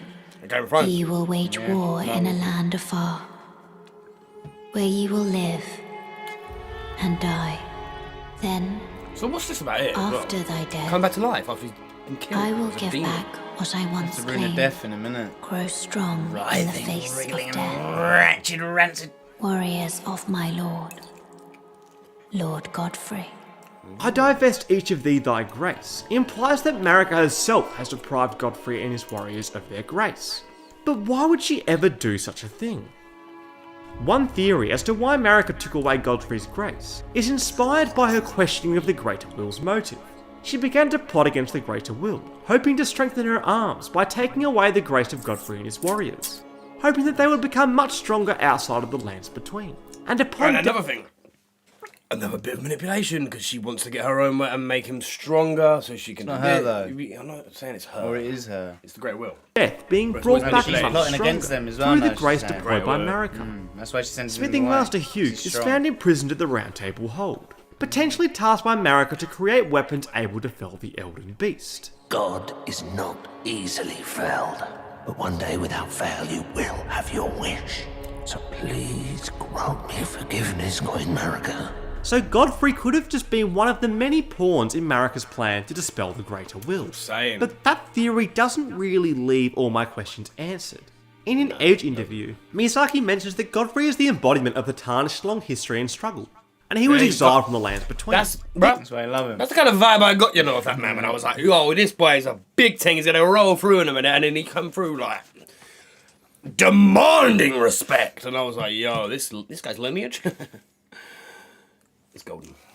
Being something that used to shine brilliantly and has now become tarnished, fallen from grace.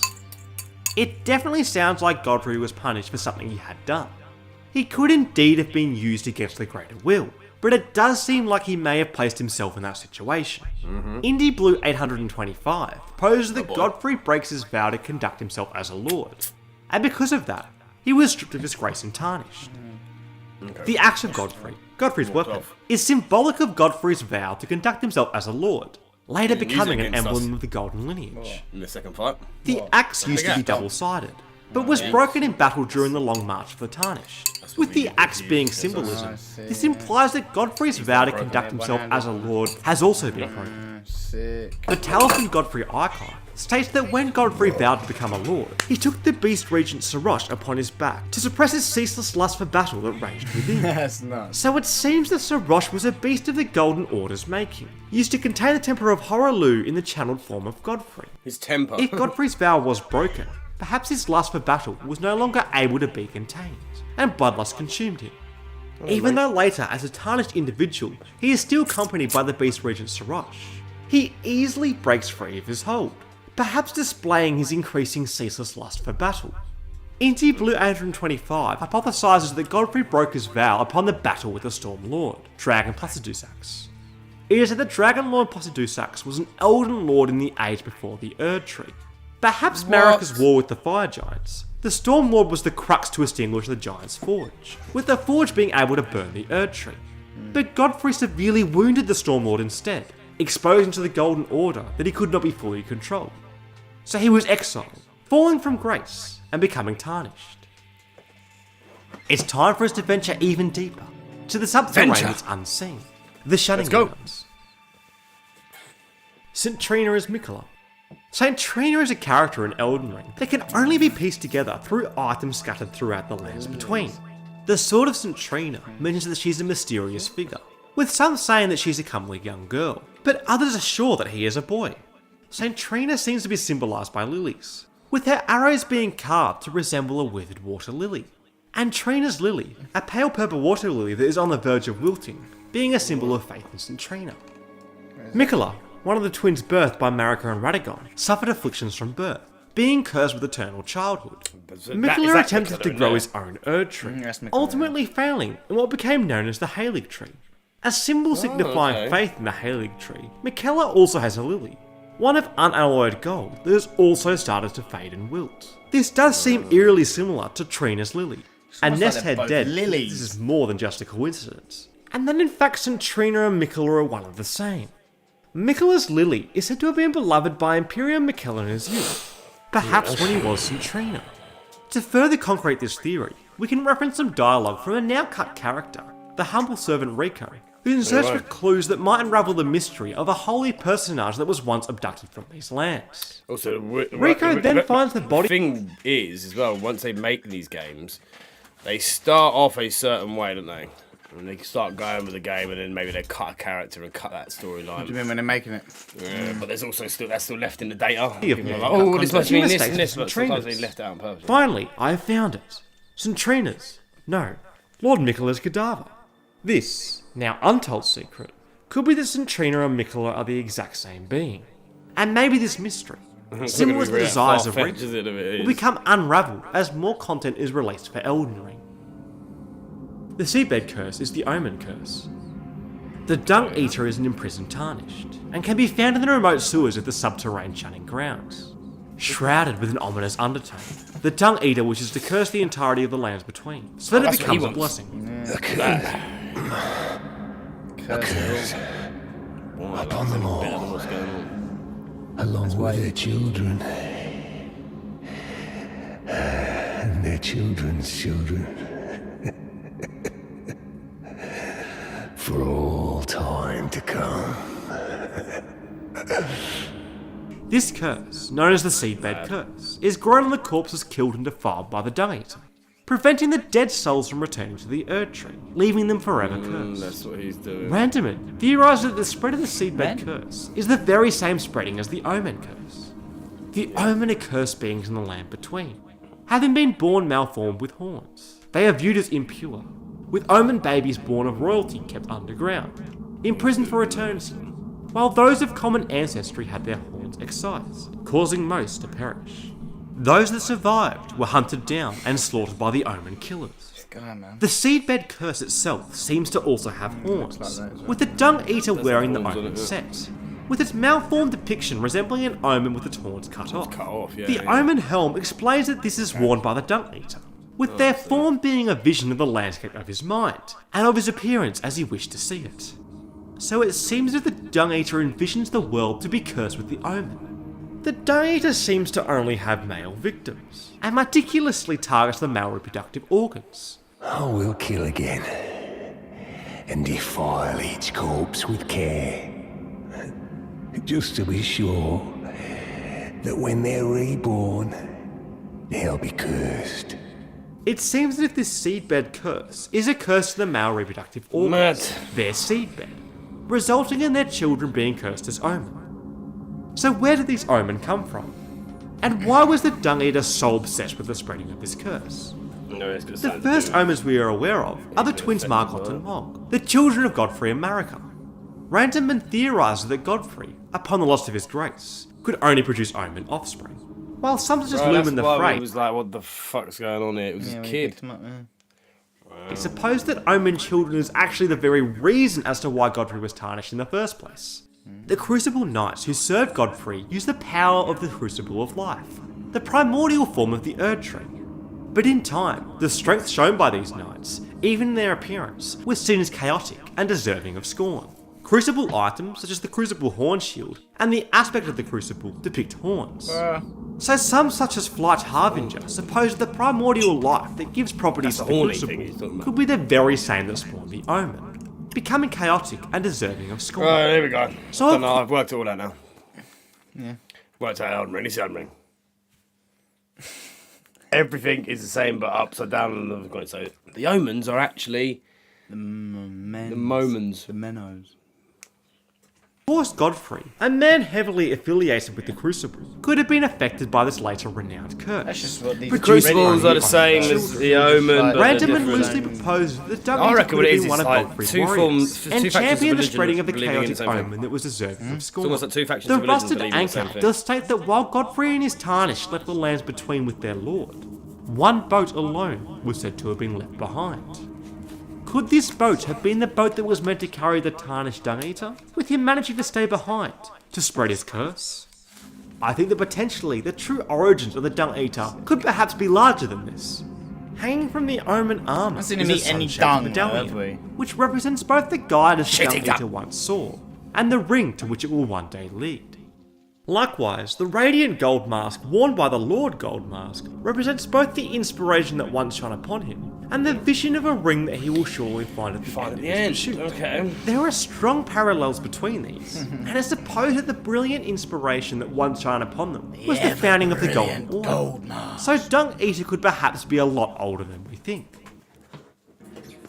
That concludes our voyage, as deep as we can go, to the depths of the Elden Ring iceberg. But still it feels like we have only uncovered the tip of this storytelling masterpiece, having only been released for a few months, with countless more theories to be postulated, and more narrations to be connected and cross-examined, with even more content to be hopefully revealed by From Software. You have to fight him every The game. waters beneath the Elden Ring iceberg still contain many secrets and stories yet to be told. Thank you for being part of this adventure through the murky world of the lands between. Thank you for telling I hope you enjoyed it as much as I did. Yeah, Maybe when I the water's enjoyed it clear, more than we can going into continue the our game journey and working more below out for myself. and make a second part of this iceberg. Let me know in the comments. I really liked Let us know it. if you enjoyed the icebergs. What else you got? One more. One more, guys. Wrapping up. Although we've watched a lot of lore, I still don't feel like I've learned the whole story. We can't sit here and watch loads, can we? No, what I think we should do is get a summary of the whole thing. Was that the first video we watched? Pretty much.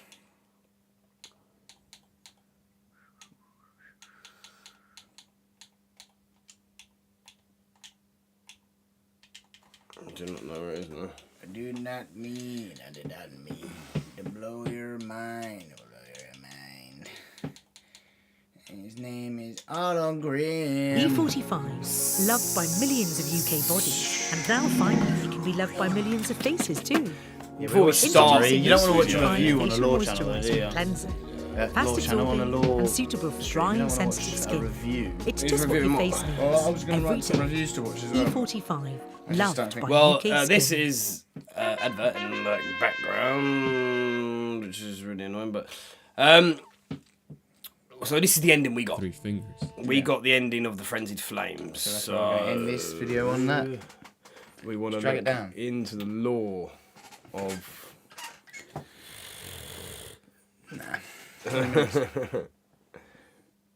It's the lore of said ending. So. Sendings.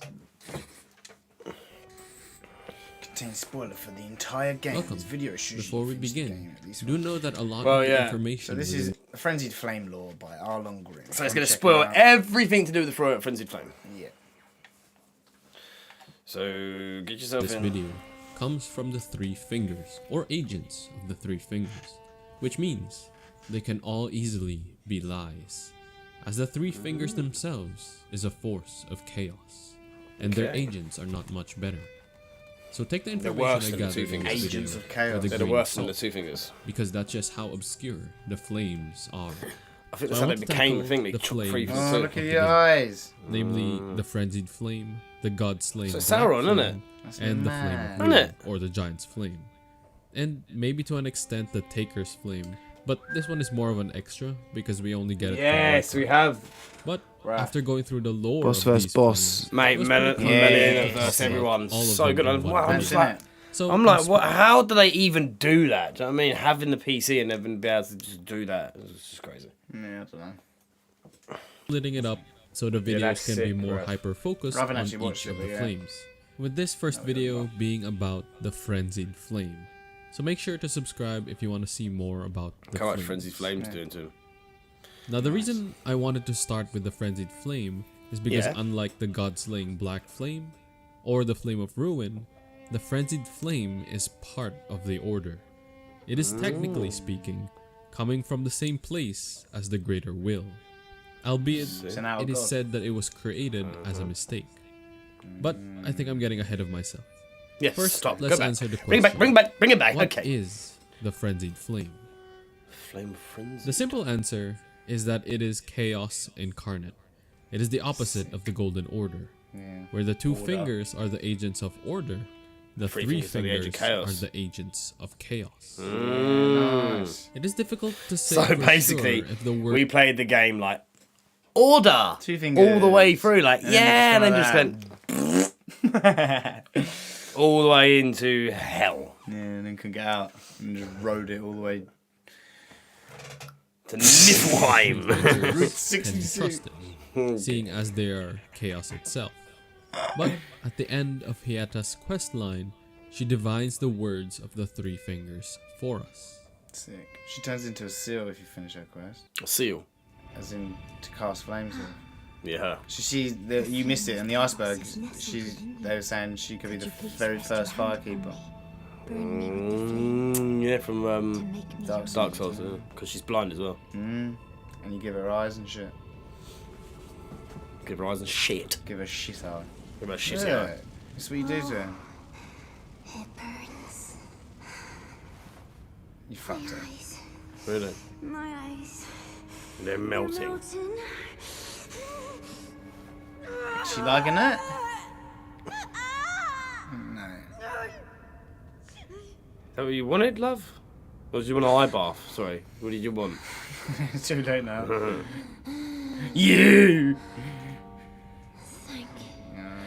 My eyes have melted out my face with She's flame. seen everything now, though. But now her eyes are burnt. I have touched them.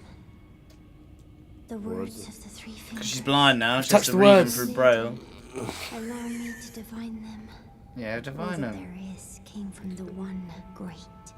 Then came fractures and births.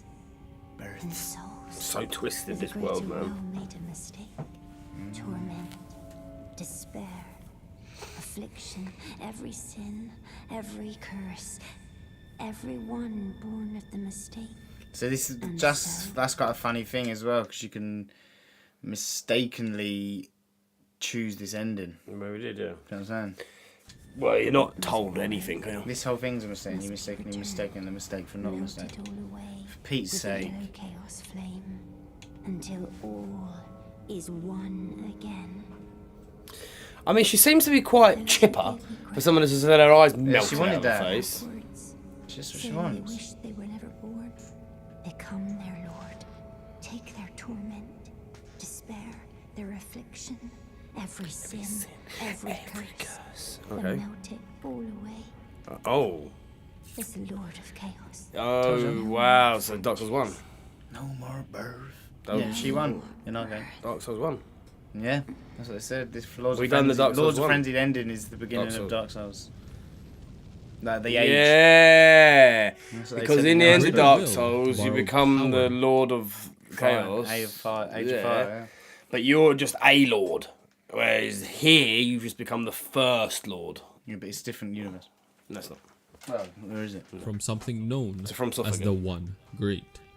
Using that power, it The One sent Great. the Elden Beast down from It's the either stars about the tree or it's and about- created about- the Elden Ring. God, his better good, isn't And with that, fractures, births, and souls. But it made a mistake, which we don't know what that mistake is. It could be a number of things, to be honest. Like maybe choosing Marika as the vessel for the Elden Ring, Yeah. the shattering of the Elden Ring, Like she- or maybe even she something shattered it. far before the time of the Great Order Erdtree. shattered it. It's He pretty got on open his to hand, bro. speculation. Dunno. But born from this mistake like a hook was on it. torment, despair, affliction, sin, and curses. Because of this, the three fingers was either sent down or came down by itself to basically erase everything the Greater Will had done. So that either it can start over or abandon its creation entirely. Because that's kind of crazy to think about as well. It's like the two fingers are following the order, which is the greater will. It's all the greater will. But then the frenzied flame is to burn. Is to like get rid of everything that the Great Order's done. But the two fingers stand for everything that the Great Order's done. So 3 fingers, same hand, are opposing. Like, because you don't have 5 fingers, you have a thumb. I know. Well, I don't know if it's a human hand. We met the 2 fingers and thumb. Then is that what you're saying? No. So you see it grab us like that. It's 2 fingers and thumb. Sorry, not the 2 hands, bro. You got 3 fingers of one hand, and 2 fingers of another hand. I don't know, mate. That's why the statue had their hands chopped off. Yeah, that's why their hands are in the floor. Because of blasphemy. But basically, the 3 fingers' purpose is to burn everything away, so that it is all returned to the one great. You know what I mean? But the one who told us this is Hayeta. Was a blind old bat. Who is a blind girl who seeks to fulfill her duty as a finger maiden.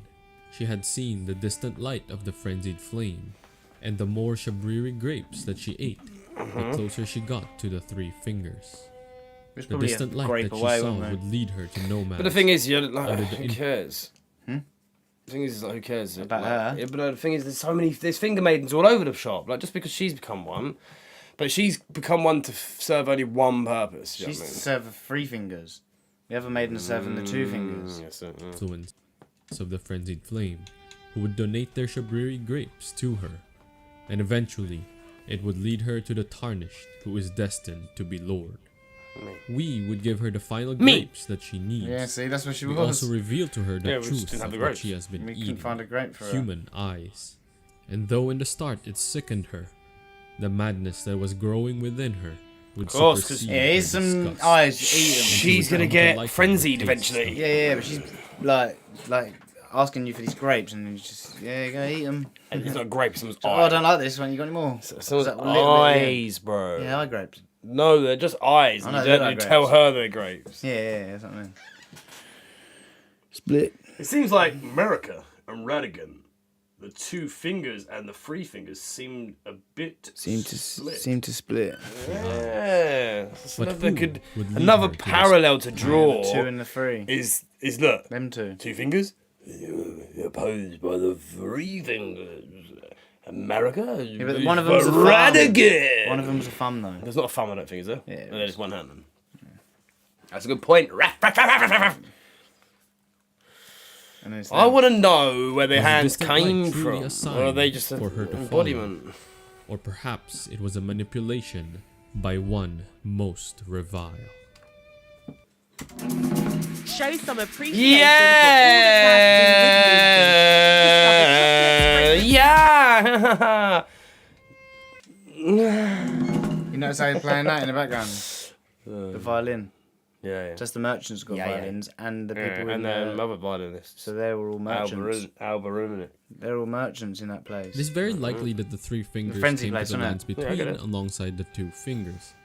But it might not have had a physical form.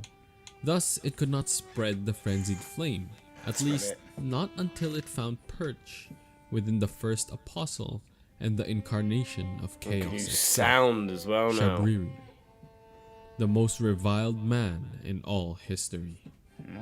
Though we don't know much about him, we know that's he his name, is a Shabriri. manipulative being. This is definitely evident in our first meeting with him. It's his bread. That's why he's got that face on. That's not his body, is it? No. Oh, when we first meet him and he's inhabited that bread's body. Why the long face? So you can kill him here and get that armor set. With this vessel. Well, that is most unfortunate. He was previously acquainted. For he is dead. As for his flesh, he gave it to me. Shabriri. Who goes to? Make your peace with that. Yura.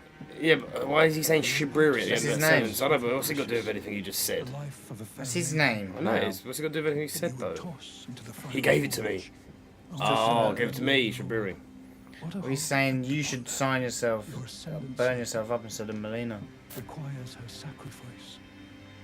Yeah, I know. Whether she wishes it or not. But how would the Lord, crowned soul, I mean, bruh, that's why we didn't choose this. Because we don't care what we look like upon. So I mean... Care about any of them, really. We should just mack them all and go, yeah, I'm me. And walk off like Godfrey. You're lulled into a false sense of direction. And attain lordship through righteous hardship. Then heed the words. Nah, that sounds whack, bro. Shabriri. Descend into the depths far below the Erdtree capital. Malenia. Seek audience with the three fingers. Oh, so he tells you. Frenzy. If you inherit the flame of frenzy. But only if you've done the certain steps, that it probably won't go this much into depth. But why is he was just shouting last time we went to him, may the chaos reign or something like that. Setting you on the righteous path of Like, why does it matter if I do that? Why can't... Yeah, they're just trying to steer people towards it, aren't they? Because they're all preachers to like, different factions of a religion. They all want something. It's all about religion, bro. It's the whole thing. It's all religion. They all perceive God differently, and they're like telling you to become it. Yeah. This is what he's doing. The world. May chaos take the world. Take away. Yeah, alright, I get it. But his words are filled we with didn't do this lies to him. and We didn't fight him, manipulations, no. showing concern Oh, we for went our off to go and do relationship the with Yura, Frenzied Flame. telling us that Yura willingly gave his body, which is likely a lie. Yeah. Trying to convince us that Melena's sacrifice is a vile act, that Melena herself has no choice in the matter. Again, another lie. And telling us how this greed and action would make us look like a terrible lord.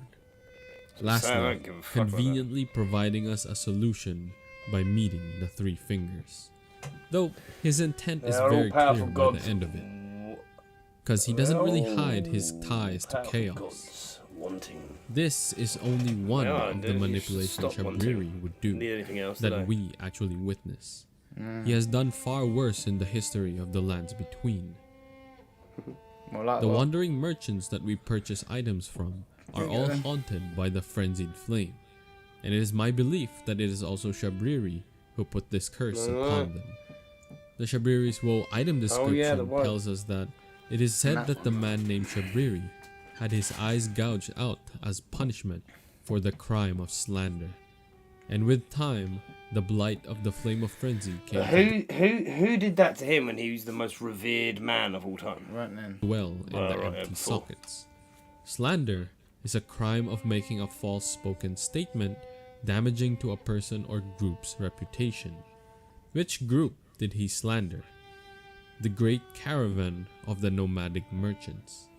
The nomadic set tells us that these merchants once thrived as the great caravan, but after being accused of heretical beliefs, their clan was rounded up and buried alive far underground. Then they chanted a curse of despair and summoned the flame of frenzy. It was Shabriri's manipulations that the merchants have been cursed by the frenzied flame, and it is by this act of sacrifice by the great caravan that the three fingers came to be able to manifest themselves deep within the underground. Shabriri, however, did not become a lord for reasons unknown. Perhaps it's because he had shed his humanity, or maybe because he was not tarnished, or didn't have the grace to become a lord. As such, instead, he would find one to become lord, the Lord of Chaos. Before us, there were those who came close to becoming an Elden Lord, but no other tarnished was closer to the throne of the Elden Lord than Vyke. Yeah, he was but the contender. Without announcement, Vyke traveled far below the capital and was scorched by the flame of frenzy. Did he make his choice for his maiden, or did some other force lure him? Madness with that. I think it's pretty safe to assume that Vyke probably met Shabriri and lured him to become a Lord of Chaos, like he did with us. Unfortunately for Vyke, he could not handle the frenzied flame either. This maiden that we see at the church is probably his maiden. And believers who wished to see him as the Lord of Chaos were disappointed when he failed. The village is also scorched by the Frenzied Flame. A tower damn where that the guy. flame I'm so itself disappointed in him manifests throwing through his a body ritual, against fire. sits at the entrance of the village. If you kill the enemies on top, you can stop the flame from appearing. It is also here that you come across the Shabriri's Woe talisman, guarded by some Carian soldiers afflicted with the flame. Shabriri's Woe attracts the aggression of enemies, and the Carian soldiers may have been lured here by the carrier of the talisman. It is also here that we find a note that gives us a clue where to find the three fingers. Shabriri had cast his humanity away long ago, and has become something more. Even if you kill him at the mountaintop of giants, should you pursue the Frenzied Flame, he will return to assist you in the fight against Godwyn to further your goal as the Lord of Chaos. Now that you know the machinations even of if you kill Shabriri, him, is that saying? we can look at the damage it has done to the lands between. Mate, At Weve, there is a village known as the Alien Village, filled with nomads who are now corrupted by the Frenzied Flame. In the Frenzied Flame village, more nomads appear, also corrupted. The nomadic merchants are forever forced to be nomads, as it seems that settling down in a village or anywhere causes the Frenzied Flame to catch up to them, scorching their eyes and eroding their senses. Eroding! The Frenzied Flame has also perched upon the trolls and the soldiers of Lindell, corrupting them as they get closer to the manor. Alright, so Rykard has invited all forms of blasphemy within his realm. Imagine how and the mad Frenzied of a Flame is but one of blockbuster, these. pretty much a series this would be if they told you the story as you went along the game. Like, I had cutscenes that were like 2 or 3 minutes long. Oh my god, it would be a series. It would literally be a series. Do it! Do it now. In the Not to be not done! Some ruins have been corrupted by the flames. Even this player's got Perhaps even the Three Fingers is wary of the young Miquella and his creation that wards off the influence of outer gods. And lastly, at the bottom of Lindell, where the Three Fingers dwell within, the corpses this is of where the they great actually are as well. still sit upon the area, haunting the depths with music. To make our way down haunting, here is though, is it? It's proof nice. of our capability. Well, it might just be me. I'm kind of a crazy guy that embraces death. But bet in silence. Melina would beg us not to seek the Three Fingers, for their rule would spell the doom of the world. Much she already dead. Down there, she's already dead, isn't it? Should you ignore her Maybe, yeah. the Frenzied Flame can be yours to inherit. Oh yeah, because she wants to burn herself. Good thinking. I'll just be the muscle. We're doing that now, but in a different manner. Wait, what the fuck? Sorry, guys. That's a nicer, broad-shouldered woman. Broad-shouldered. Like, what's the DLC gonna be? The thumb. Who's a guy like 2 thumbs. The one thumb. Finger, One one arm, one leg, one nod of the head. Okay, 5 years old. Yeah, sorry. Okay. God. See that? That's the thumb there on the left. Yeah, makes sense now. So you got them fingers. Yeah, it definitely is. Yeah, it's gotta be. And they grab you like that. And then you got the other ones that are the 2 fingers that sort of sit like that. So the DLC is going to be called The Hand. The other hand. Yeah. Gives it a huggy. It's a bit of parry, isn't it? Wild and fire. Frenzied Flame. Ooh, yeah. Get me right close. Hug me, daddy.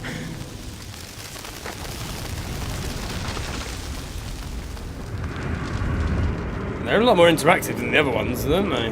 They just sit there and... But also, no, hang on, because we've seen other fingers, bro. That's one hand we've seen now, collectively, alive. 2 fingers every great rune, so... Well, you can get that. You get so 2 fingers, and you can get 2 fingers in it. You get 2 fingers. 2 fingers?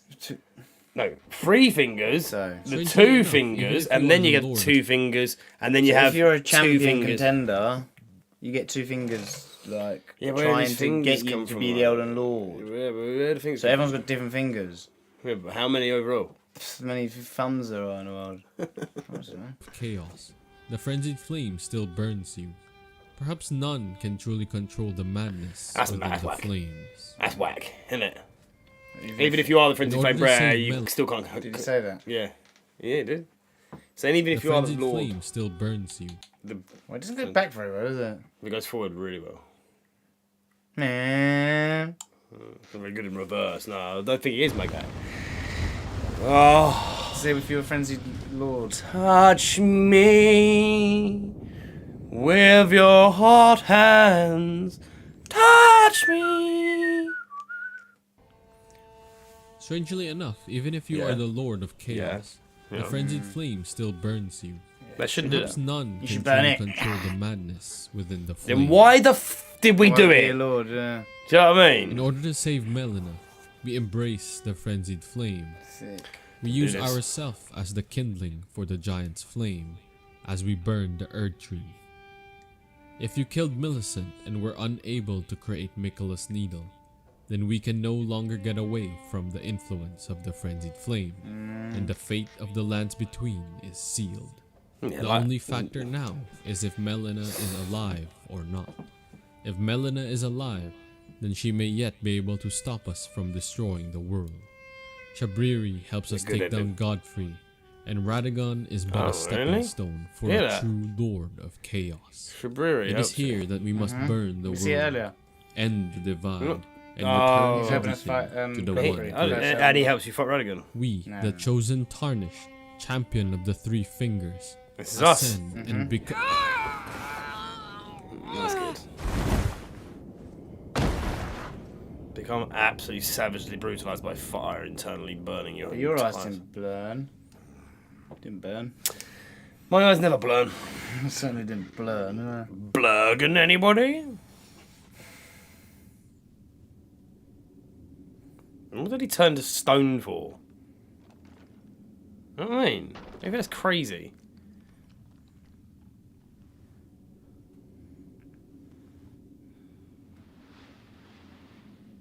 This is us, isn't it? This is it. Law. No head McGee.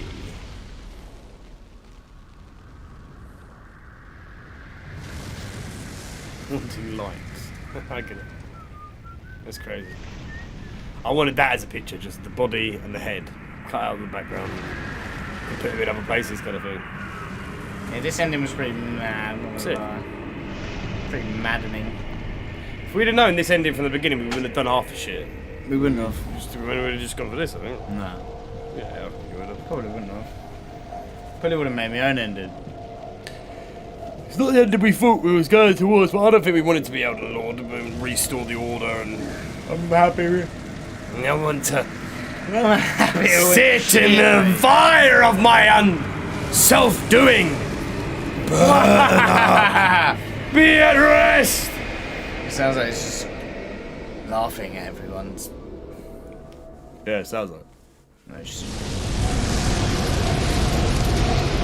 Is that Lord of the Rings ECU? It's to me. You see all these fingerprints from the three fingers.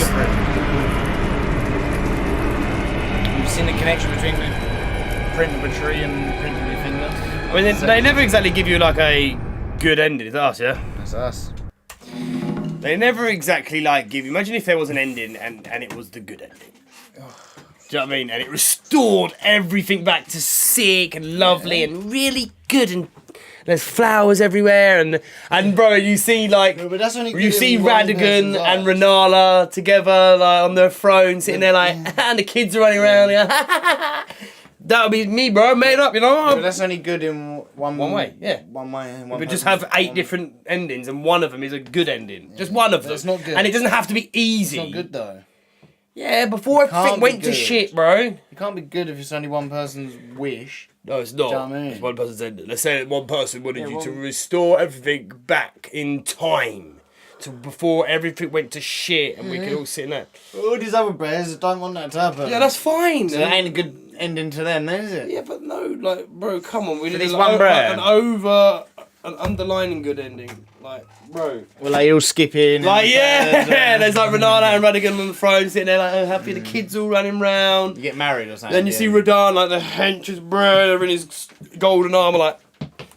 Before the shattering, yeah. Yeah, just before it went to shit. That's just one ending. That's a good ending. And it doesn't necessarily need. You need to do something to do with time, and you just rewind time 100, 200 years. Well, we're gonna. That's what DLC is gonna be, 100%. Yeah, it's got to be. 100%. It's probably a prequel of the prequel.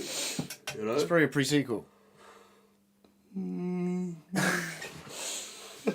And that was a good episode. Anyway, guys, it's only a good ending because everything worked out for the character. Exactly, it's all selfish gain. Even the villain thinks that. But here's the thing. Here's the thing in Elden Ring. You're like, I'm gonna do what I want and what she wants and what you want and what you want and you hang on, what am I doing? I'm not even doing what I want. Yeah. And then I end up doing some other ending that's got nothing to do with it. And then just some ungrateful Shabiri great. Yeah, not so much for everyone else, exactly, yeah.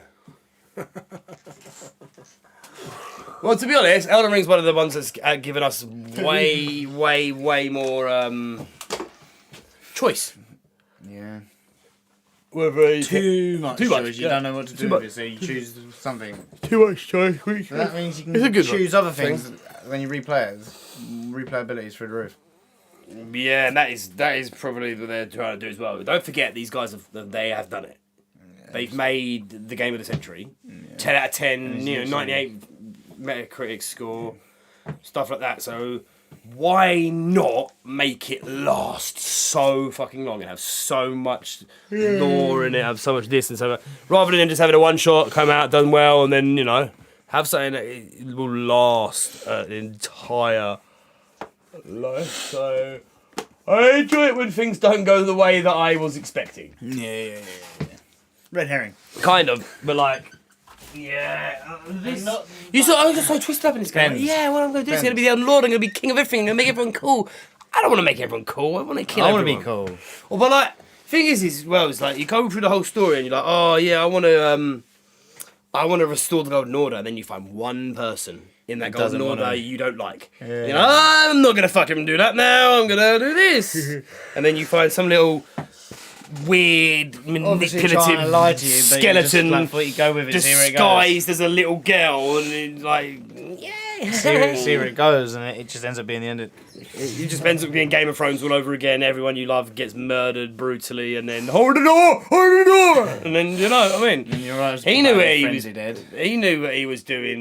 Getting George R.R. Martin involved in the project. He knows that he does that very well. Yeah.